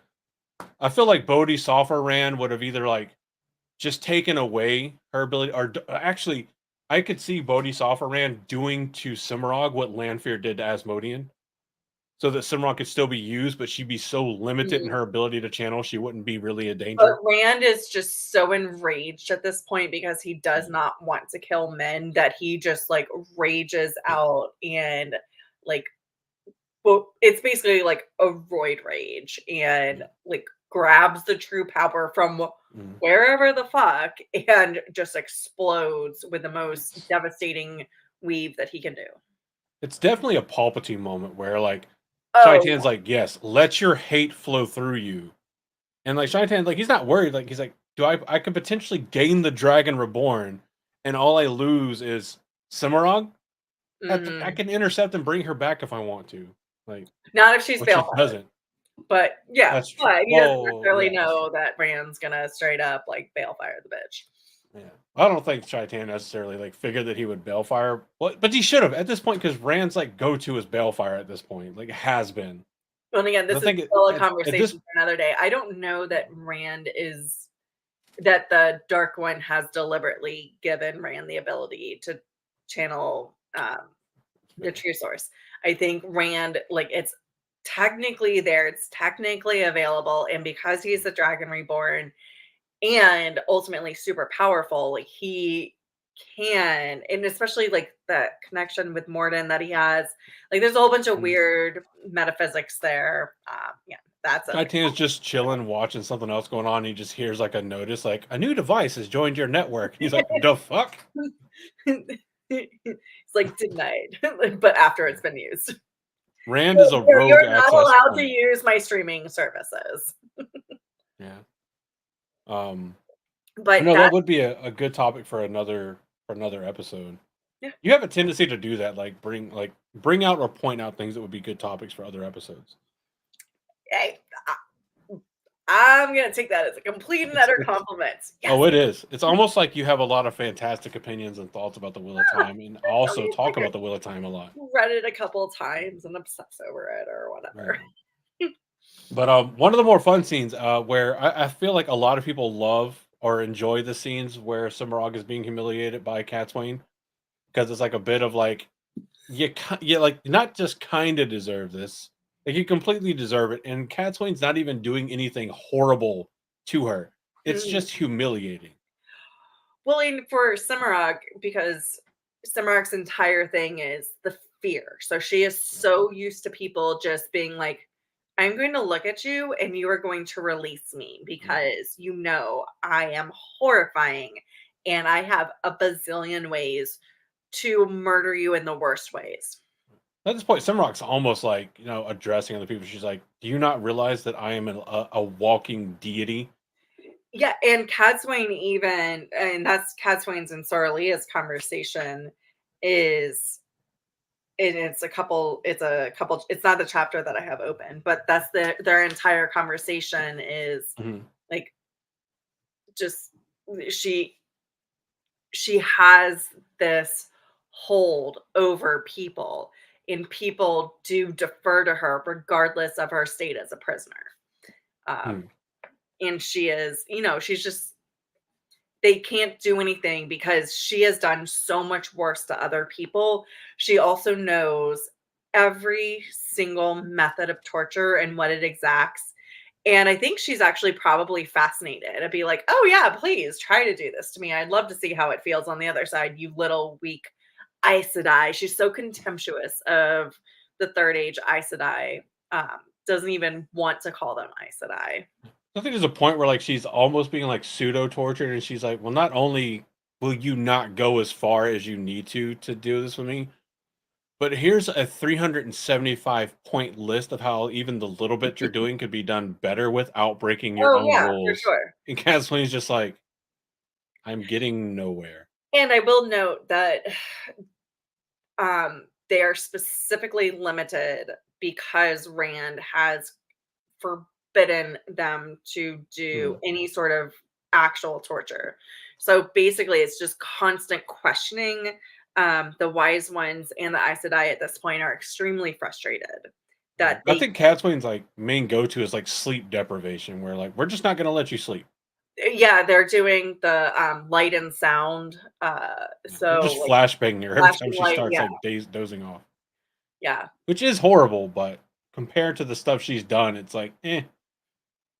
Well, and she can probably put herself in a meditative trance. So, she's probably participated in this long enough, these types of things long enough that she's just like, Mhm.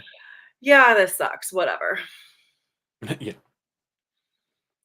So it does get to the point. Sorlia and her have that conversation about people are treating her like a god and Just trying to like, muse over how to break her. They don't come to a conclusion. and And Sorley is like, "You're oddly human," and Simrock just looks at him like, "The fuck did you just say?" well, it's so Catswain is sitting outside the cell and letting Serene do the interrogation, not torture, interrogation.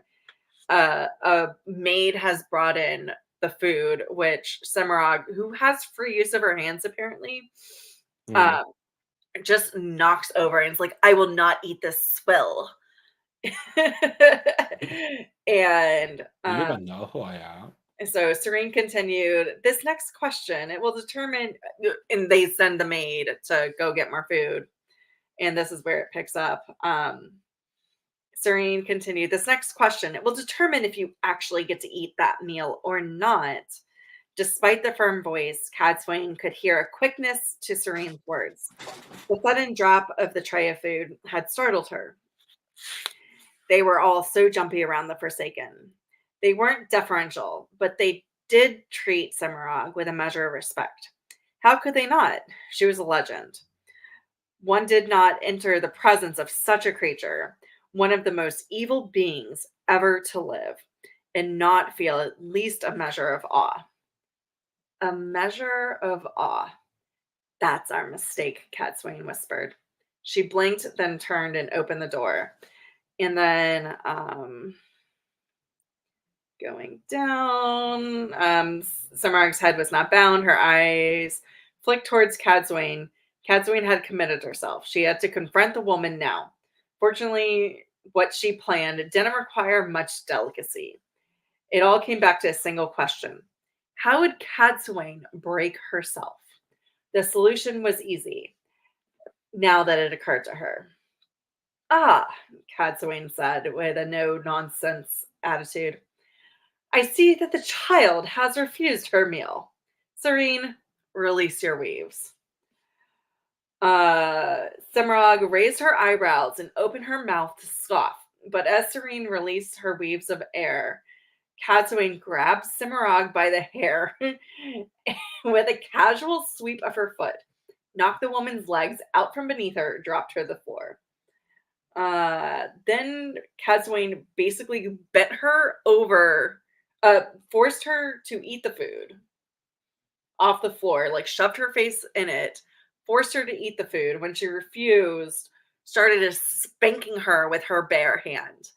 And that's when Semirog kind of just gives up and spluttering, like, and she's not even asking her anything. She just like is forcing her to eat the food off the ground, and she's like, "You will eat the food off the ground." Um, and then Cadswain, like, is done. Says as she's walking out, looks at Serene and says, "She is a person." Cadswain said, looking at the others, "Just a person, like any of us. She has secrets, but any young boy can have a secret that he refuses to tell. Remember that." Cadswain stood and walked to the door. She hesitated beside Serene, who watched with fascination as the Forsaken ate beans off the floor. "You may want to begin carrying a hairbrush with you," Cadswain added. "That can be quite hard on your hands." Serene smiled. "Yes, Catswain," said I. Now, Catswain thought, leaving the room, what to do with Althor. So, and totally makes sense. Like, you can't torture her. You can't torture Semirog. So how do you break her? You just humiliate her. Everybody's got a breaking something to break. It helps also if I click the button when I go to like add to the conversation and unmute myself. Yeah.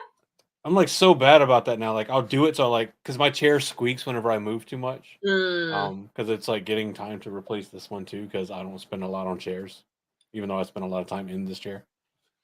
Anyway, it adds a lot of validity to like the whole Avienda training to be a wise one scene. Because it's like, Mhm. how much humiliation will you tolerate before you stand up and say enough is enough? Um, I mean, there is a bit of for sure that ick of Robert Jordan's writing doing a heavy lean towards what's effective against the men. Oh, brute force and putting a woman in danger. Mm, What's effective towards the women? Public humiliation. mhm. Well, what else? No. That's it. Public humiliation. That's it. That's all we're gonna do.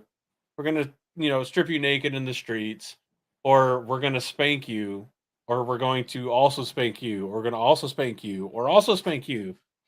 That kind of stuff. So see, as much as I like the books and I love how Robert Jordan wrote it, I admit shit. All right, There calm are some down. Not you, but other people out there. Yeah. questionable things, but Yeah. Which to be fair, I'm not gonna lie. Growing up in the South, spanking was like a horrific thing because in the South, being like having to go and pick your own switch, oh my god, yes. That's and then horrifying. And bring I it back. remember the first time I Mhm, had a grandparent that told me to go and get a switch, and I was like, mhm. cool, I'll be smart and get this like really super tiny flimsy one. Which they know how to deal with that too because she pulled all the leaves off of it except for the three at the end, which apparently turned that thing into like a supersonic whip. Yep. And she only got like two or three hits in before it actually snapped. And then was like, okay, now go and actually bring me a switch, not a twig. Mhm. Which was a mistake only made once. Not saying it was right, saying it's what happened, saying it My was grandmother did effective. the same, yeah. It was like, Yeah. "Wait, you want me to do what?" Yeah. True. It's like a much milder version of the punishment of like, oh, now dig your own grave because you're about to die. Like, Mhm. no, go get your own switch. Um, so it is effective. However, um, you could have had everybody else spanked. Like I think old Al Thor would have done well for a spanking several times. Like, but everybody has their own kind of BDSM light fetishes. Not saying that's where it came from or it didn't, but who knows, RJ? Who knows? War changes a man. um, Or you could just like those things. So I mean, yeah, that's true. That's true. Um, but it's such a good thing because like the whole reason, and there's a lot of this like kind of like fulfilling or dealing with the reason that the Forsaken turned to the Shadow in the first place, into what ultimately leads to their undoing. Um, Simrog's big reason to turn against the Hall of Servants wasn't just because they were going to punish her, but because she was like, really? Like, you care what happens to these filthy commoners, these lesser people, these lesser beings than I? And she put herself on this, demigod like pedestal, um, probably in part due to like the actual talent she had. And it went to her head in the wrong way, the absolute worst mhm, of ways. And her ultimate well, not ultimate undoing, but the biggest component to her undoing is not being like out tortured, not being outclassed. It's literally just being treated like the quote unquote commoner she hates so much. mhm. And being enraged because of it. Yeah. I feel like what Cat Swain does to her causes her to lose control of the situation with Rand Mhm. and s- forcing Rand to kill men right in front of him. It was something that she probably would have done more deliberately and more slowly if she didn't feel like she's like, fuck, I just need to prove myself now. I need to get back. I need to get back to good old Simi. Uh, Good so old Simi, huh? yeah, I've been good there a old couple Simi. times. Having a couple Simis. Completely unrelated note, Sierra Nevada, who normally makes really good drinks, the hazy little thing IPA. I don't know if this one just got skunked because of bad delivery drivers that let it warm up or something like that. I haven't had one of these in a while, but I can't drink any more of this thing. Oh no. It like literally like if you've ever did you play like sports or whatever in like high school or anything like that where you had to carry around gym bags and Mhm. like especially like if you had parts of like your gear that didn't get washed as frequently and it just got that musty, almost earthy mixed with musk kind of like weird smell and you could almost taste it on the back of your tongue. I had boyfriends with gear like that. I always See, washed there you all go. my shit, but That's you want to relive that Hazy Little Yep. Things IPA. At Yep. least this can. I'm not going to say that's all of them, but yeah, like it takes a lot for me to just say I'm not going to finish a beer. And prior to Mhm. this one, I've only ever done it with the big dragon milk beers that you can get at like most like grocery stores. It's not good. Okay. It's not good. Not at all. Don't ever buy it. Never. Um, so that's finally one. I'm gonna go back to my Voodoo Ranger, but Well, yeah, father says you only have so many liver tokens, you can't enjoy it. Dump it. yeah, Yep. that is a fair point. And that's where I'm at. Like I fought through the vast majority. Like I drank over half of it, and it's just every sip is pain. Maybe I'm just trying to build up a tolerance to Cimarroc's techniques Yeah, in I a feel like very that's lame something way. she would do. She would very potentially have you drink like pseudo skunky beer, if Yeah. not skinky beer. Just see how Like, many you would oh, you like beer? Oh, what a shame. Skunks your beer. You monster. I'd be sitting there like Cabriana. It's like, please, no, light, no. Don't drink. skunk my beer. Like, give me the pleasure shit, please. Like, make me drink so much good beer that I fall in love with you, please. Yeah. Make me nut until I die. Like, don't skunk the beer. Ugh. Oh. So unfortunately, she's not on the page a lot. You do see her doing a lot of collaboration with Damodred and Masana, but she's just so behind the scenes on Mm, it, but her fingers are in so many, especially with the Shanchan, her fingers are in so many things that they're doing. She yeah. sees the Shanchan as an effective tool of sowing the chaos. And it happens. It's like it's good. She she nails it. And if she it's only because Cad Swain had her Paralysis net that she was caught. That's the only Mm, reason. And Cad Swain also broke her. So again, I feel like if mm, Cad Swain had not been in the picture, A, she wouldn't have gotten caught. B, she wouldn't have been broken. And because if she had not been broken, she wouldn't have gone quite as far with Rand, and Rand wouldn't have quite gotten to the point where he emotionally was torn down to the core and just reached for any source that was out there, and that mm. was the true source. So she wouldn't have died. And it's True and utter Katswayne desperation. Katswayne was her Yeah. accidental downfall. Yeah. No, absolutely. But no, like it's yeah. When you think of the Forsaken, you think of like who really didn't do shit and who like actually really contributed a lot and was like the loss of Cimarrog. And I'm gonna say like that definitely started at the point where she was captured after being busted as whatever Mask of Mirror style thing she did to look like Tuon. Mhm. If she Well, even if she even did that, I don't even think she had to change her appearance to look like Tuon, like because they didn't know what Tuon looked like. it was she had to make herself shorter. Yeah. Oh yeah, she was 6'1". That's true. Yeah.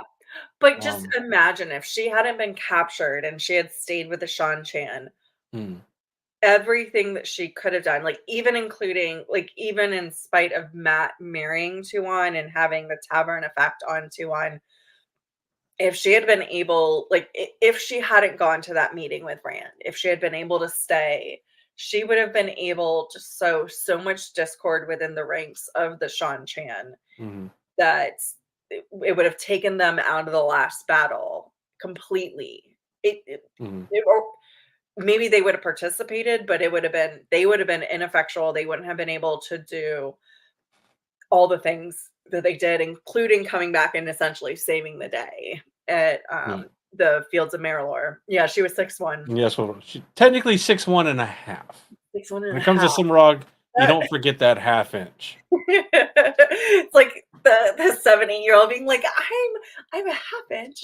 I'm six and a half, and I'm Yeah. how many ever half inches? Yeah. Yeah, She was if 6'1.5", but in possibly the best way to say that somebody had a nice accoutrement of womanly features, Mhm. that she was proportioned in such a way that standing alone, she did not look out of place, um, because of her height. It was only when she stood next to other people. So, which goes to tell you, like I've always said, uh, you can have big this, big that, be well endowed here or there, but proportions Yes. is where the true success shines. Mhm. Not to say you should feel bad if you have like anything that's disproportionate. I definitely have. I am disproportionate. Um, like I have an absolute massive PP for uh how fat I am. I don't know. It's definitely not true. But anyway, there was a hole that I was talking myself onto that I managed to not dig myself out of. Um, We're learning a lot about each other tonight. yeah, that's what's happening. Just Yeah, and I like how Wine's here. Like half inch makes a lot of difference, it does. and Uh, then Wolfie I think likes like Amazonian another types. reason I love her is that she's so tall. Because I'm taller than the average. I'm technically taller than the average man in the US. Um, Mhm, but the job that I had a couple years ago, I was walking into a meeting and like he was like my boss's boss's boss. He worked on our floor, so we'd gone out for drinks before and everything. mhm, I love my heels. Anybody who's met me in person knows I love my heels, and so I was wearing some really big girl heels, like really, really, really big. And this dude is like 6'4", 6'5", and we're just waiting in line to go to this meeting, like get into this meeting. And we're talking about work, and he just looks at me and he goes, I love it when a woman can look me in the eye. And I was just like, Denny, you can't say that to people. But also, I know, right? I loved it. So, Meanwhile, here I am at like 6'2". The girlfriend's like 5 foot flat. Um, I mean, it works. It works. Anyway, fun it size is what I does. Yeah. say. So she's Not Tuan short, size fun and I'm size. Cimarron size. So Yeah. So, all right. Well, we're tangenting so much. no, you're fine. So as we're nearing the 2 hour mark for this, which I did not think I could talk about Simrog for 2 hours, which makes it all the better that you were both kind enough to join me for this episode, so that the Black Tower can actually get one out this week. Because the only other day other than this was going to be Friday, and Ooh, that wasn't going to work out.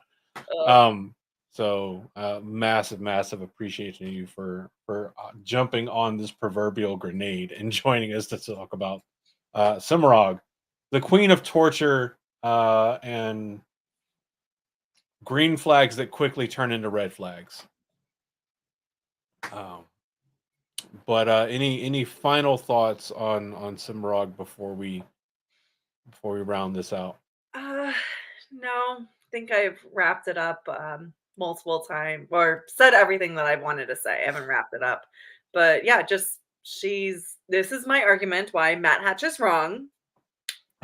And Cimarron is actually the best Forsaken. I can appreciate that that's his favorite, and he Mhm. incorrectly translate his favorite Forsaken to being the best Forsaken. Cimarron is actually the best Forsaken. So Um, that's my uh, closing line. Cimarog is all of the warnings you get about goth mommy, but this time they're actually true. It's like your southern traditional like Christian mom warning you about those devil devil goth girls. And normally it's a gross All exaggeration those for people, Cimarog. they're all black. Just watch out for them. My Yeah, dad was so concerned because I loved black so much as a color. Like I just had a lot of yeah. black clothes. It wasn't because I was goth or anything, but he's like, Mhm. can you like wear colors? No, I wore a lot of black too, especially like in middle school to high school. It's a Mainly good color. because it was like I don't I'm not I have no real fashion mindset necessarily. Like sometimes I'll have like a little bit of an idea, but normally not. so I just wear black because like it goes with everything. Um, like there's nothing you can wear that black doesn't go with, which is fantastic. Which is why I still have so many like dark colored like shirts and that kind of stuff. Same. Yeah, same. Um, I think the lightest color like work shirt I have is like still it's like a medium blue. It's relatively light. I do have a light gray shirt if that counts, but that's closer to black than it is Look at the you, colorful. spreading your wings in the color Yeah. spectrum. I do have a red polo shirt that I wear every Friday because Red Friday, remember everyone deployed, kind of Mm, thing. nice. Um, I think so he yeah. with Wines and Wolf Brother both have good closing comments as well. Oh yeah, no, I absolutely agree. I think with both because Wyan says Simi is fucking scary, which is absolutely true. And then Wolf Brother says Simi pushes us to our extremes, which is probably the first time anybody has said anything about Simi and pushing to extremes in the same sentence. Um, unless you're talking about like semi truck, but one of the things I keep finding as we do these background breakdowns, especially on the Forsaken and looking more into like their history, because reading through 14 books and piecemealing bits together here and there is kind of hard. But Yeah. looking at it all together, and you're just like, it's like if you look at the history of the White Cloaks, the historical White Cloaks, they're actually pretty fucking scary. Like Mhm. they're pretty bad. Like they do some pretty, for lack of a better phrase, morbid metal shit. Like digging up the corpse of an Amerlin to hang her in a city to make it seem like they're the ones that killed her. That Well, it's level morbid very metal shit. KKK. Yeah. Yeah. But then you see a lot with the Forsaken because again, they're seeing very short bits about them, other than someone like Moradin and Lanfear and sometimes Mogideon, that kind of stuff. They seem a lot like they kind of bumble around and don't get a lot of stuff done. But when you get all this historical information, like Cimarog, where it's if it wasn't for her, the Black Tower would have been probably kind of fine. But no, she Oh, just yeah. had to figure out how to force people to follow the shadow. Well, and not just the Like, Black Tower, that town up in the Blight that all the Aiel the male Aiel channelers used oh to, yeah, yeah. So yeah, yeah, the ones that what file their the teeth and all sharp that. well, the sharp teeth one, yeah, are the ones that got turned. Yeah, With the yeah. red Because they veil. also like they veil normally all the time, but then they drop the veil whenever they're actually fighting. Which thank you again to Hellcat because that now gives me a visual idea because she portrayed a dark Aiel when Mhm. we did the cosplay stuff at Gathering Madness this year. Um, Oh, so yeah, yeah, she was so amazing. but anyway, for all this, Leia, it has been absolutely fantastic. It's always fantastic getting to sit down and chat with you about whatever, but especially Wheel of Time. Um, so go ahead and tell everyone again where they can find you, what's coming up for Threefold Talk, and all that kind of fun stuff, real quick. And then, of course, there'll be links in the description below where y'all can go and check out everything that Leia's doing with that. All right, absolutely. Roofmistress Leia, it's what I'm normally known as. I am on a show called Threefold Talk. It's hosted on the Malkier Talks YouTube channel. We have our shows most every Thursday night at 9 p.m. Eastern. So if you check out the Malkier Talks YouTube channel, you'll find that. I'm in Discord and Twitter as Roofmistress, also Instagram. Also coming up is What a Holiday, hosted by Rob from Malkier Talks, as well as my lovely host Andrew. And that will be an all-day, 24-hour charity event. You'll find multiple uh, of your favorite podcasters, including the Threefold Talks and the Black Tower Gentlemen. We're raising money for the Lightweaver Foundation as well as benefiting, and we still haven't figured out the name of the charity, but it's essentially going to the actors out of the actors and other entertainment industry folks due to the impacts of the SAG-AFTRA strikes. So, which is still an ongoing problem. The strikes aren't the ongoing problem. They're not back to work yet, so they still need help. Yeah, I think that's my elevator pitch.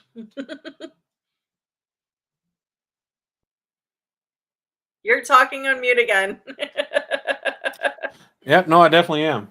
See, that's how I guaranteed that I don't interrupt somebody. I was like, "Oh, they're SAG CEM," and then I'm like, "Actually, no, that's the public trading name for a company." So I think it is still CEM. Rob's got it posted somewhere. We'll figure it out.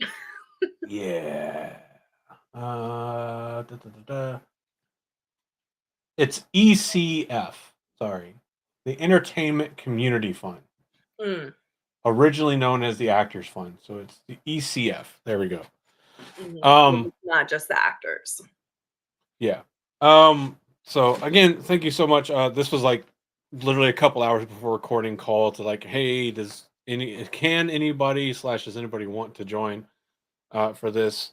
And for all of you listening, this week's episode that you're listening to would have been recorded at a different time if it made it to recording at all, and we didn't just cop out with the holidays. Made entirely possible by Roofmistress Leia. So, if for no other reason than that, and there's like a bajillion other reasons to go and tune into Threefold Talk, go tune into Threefold Talk, subscribe to the Malkier Talks YouTube channel, and never let them forget that the Black Tower podcast sent you over there. Like just every episode, just like Black Tower Please do, podcast sent me yeah. over here. Go for it. Please do. It's definitely not like comments during live streams and everything else help immensely with community engagement stuff. But we hope that you all have had an enjoyable holiday start to the holiday season. Whatever it is you celebrate, we hope that it's been fun and enjoyable, and you've got to spend time with the people that you want to, or that you've had that much needed time alone at home. Maybe trying to figure out if you're left hand coordinated enough to feel like a stranger if you lose your right hand. Or not, whatever floats your boat. And as we move further into the holiday season, be safe, be cognizant of what's going on in the world around you because it's fucking crazy. And tell the people you love that you love them. But at the same time, the people you don't like, don't be afraid to tell them why they're wrong. I mean, tis the season to be honest. For sure. So there's gonna be a slew of people now. They're just like, "You're an asshole." I'm like, "Oh, that's fine." Give them the Let us know in the comments below. simple Throw in the comments below, like Andrew, you're an asshole. I thrive on that kind of stuff. Go for it. Again, if you want to be able to listen to our episodes live as we record them and be able to see any of the parts that maybe we cut out or interact with us live as we're recording, Have go your ahead and head comments over. put on screen. Yeah, that happens. Whenever I remember to look at the stuff, because I'm so mad because like my main screen is like a 32-inch screen, so like the big white background of StreamYard because they don't incorporate a dark mode. Hey, StreamYard, dark mode, that'd be great. Put so much extra light to where I will full screen this so that it's not so bad. So like you can always tell when I'm looking at stuff or doing stuff because I'll unfull screen and I'll just have so much more white light on. Oh. Yeah. I But never tried. noticed There's that an effort before. Like you should never have noticed. You should have never said that. I pay so much attention to like weird stuff with the webcam. Like I had one thing like with auto white balance for the webcam where I would like do like this and it would like darken everything, then brighten everything, then darken. Crazy. Anyway, blacktowerpod.com for all of our stuff, including merch and Patreon, so you can come over and hang out in the Discord. Because now we're starting to be pretty consistent with doing an after episode chat over in the Discord for all 2 people that can manage to tolerate our voices for longer than the recording. Last week you guys had a pretty good group. I couldn't join, but you guys had several people hanging out afterwards. Yeah, we had quite a few people. So if you want to join that, head on over to Patreon. Link your Patreon to your Discord, and then it will automatically give you the roles in our Discord. And if that doesn't happen, there's a link to join our Discord on the website as well. Click that. And there's a spot where you can open a ticket and be like, "Hey, I'm a patron. Here's my email or whatever." Only we'll see it, and we can give you the roles. But I'm going to stop rambling. I'm going to laugh at Josh as he probably decides to review this entire episode for potential edits before he posts it out. And hope he hears this point because, yes, That's what Josh, he I am gets laughing at you. for going to the Trans-Siberian Orchestra tonight. Yeah. How dare you? It's not even December, and you're going I to see the know, right? Trans-Siberian It's Orchestra. not even Thanksgiving yet when we're recording. Yeah, not even. Whatever. But I also don't feel bad because I've definitely had to do that plenty of times when I wasn't here for recording. But from all of us here at the Black Tower Podcast, again, Roofmistress, thank you so much for coming out. Thank you so much for doing this incredible cosplay. Looking perfect. And we will see all of you lovely folks the next time we record next week or whenever you see us again. Also, just in case you've noticed and you're wondering, we are working on updating our intro and the outro to update all the names of the patrons. So, yeah, if your name should be on there and it's not, sorry, but we know you're there and we love you all the same. If your name is there and it shouldn't be, Andrew, you're finish. welcome. Young man, finish. I'm not sure how to feel about that. But I know what button I'm going to click. Thanks, everybody, and we'll see you again next week. Goodbye. The shadows, always watching, always running the show. In the tower, you can bring your pain. In the tower, you can feel the strain. You've been having so much trouble just fitting in. In the tower, we can help you. We will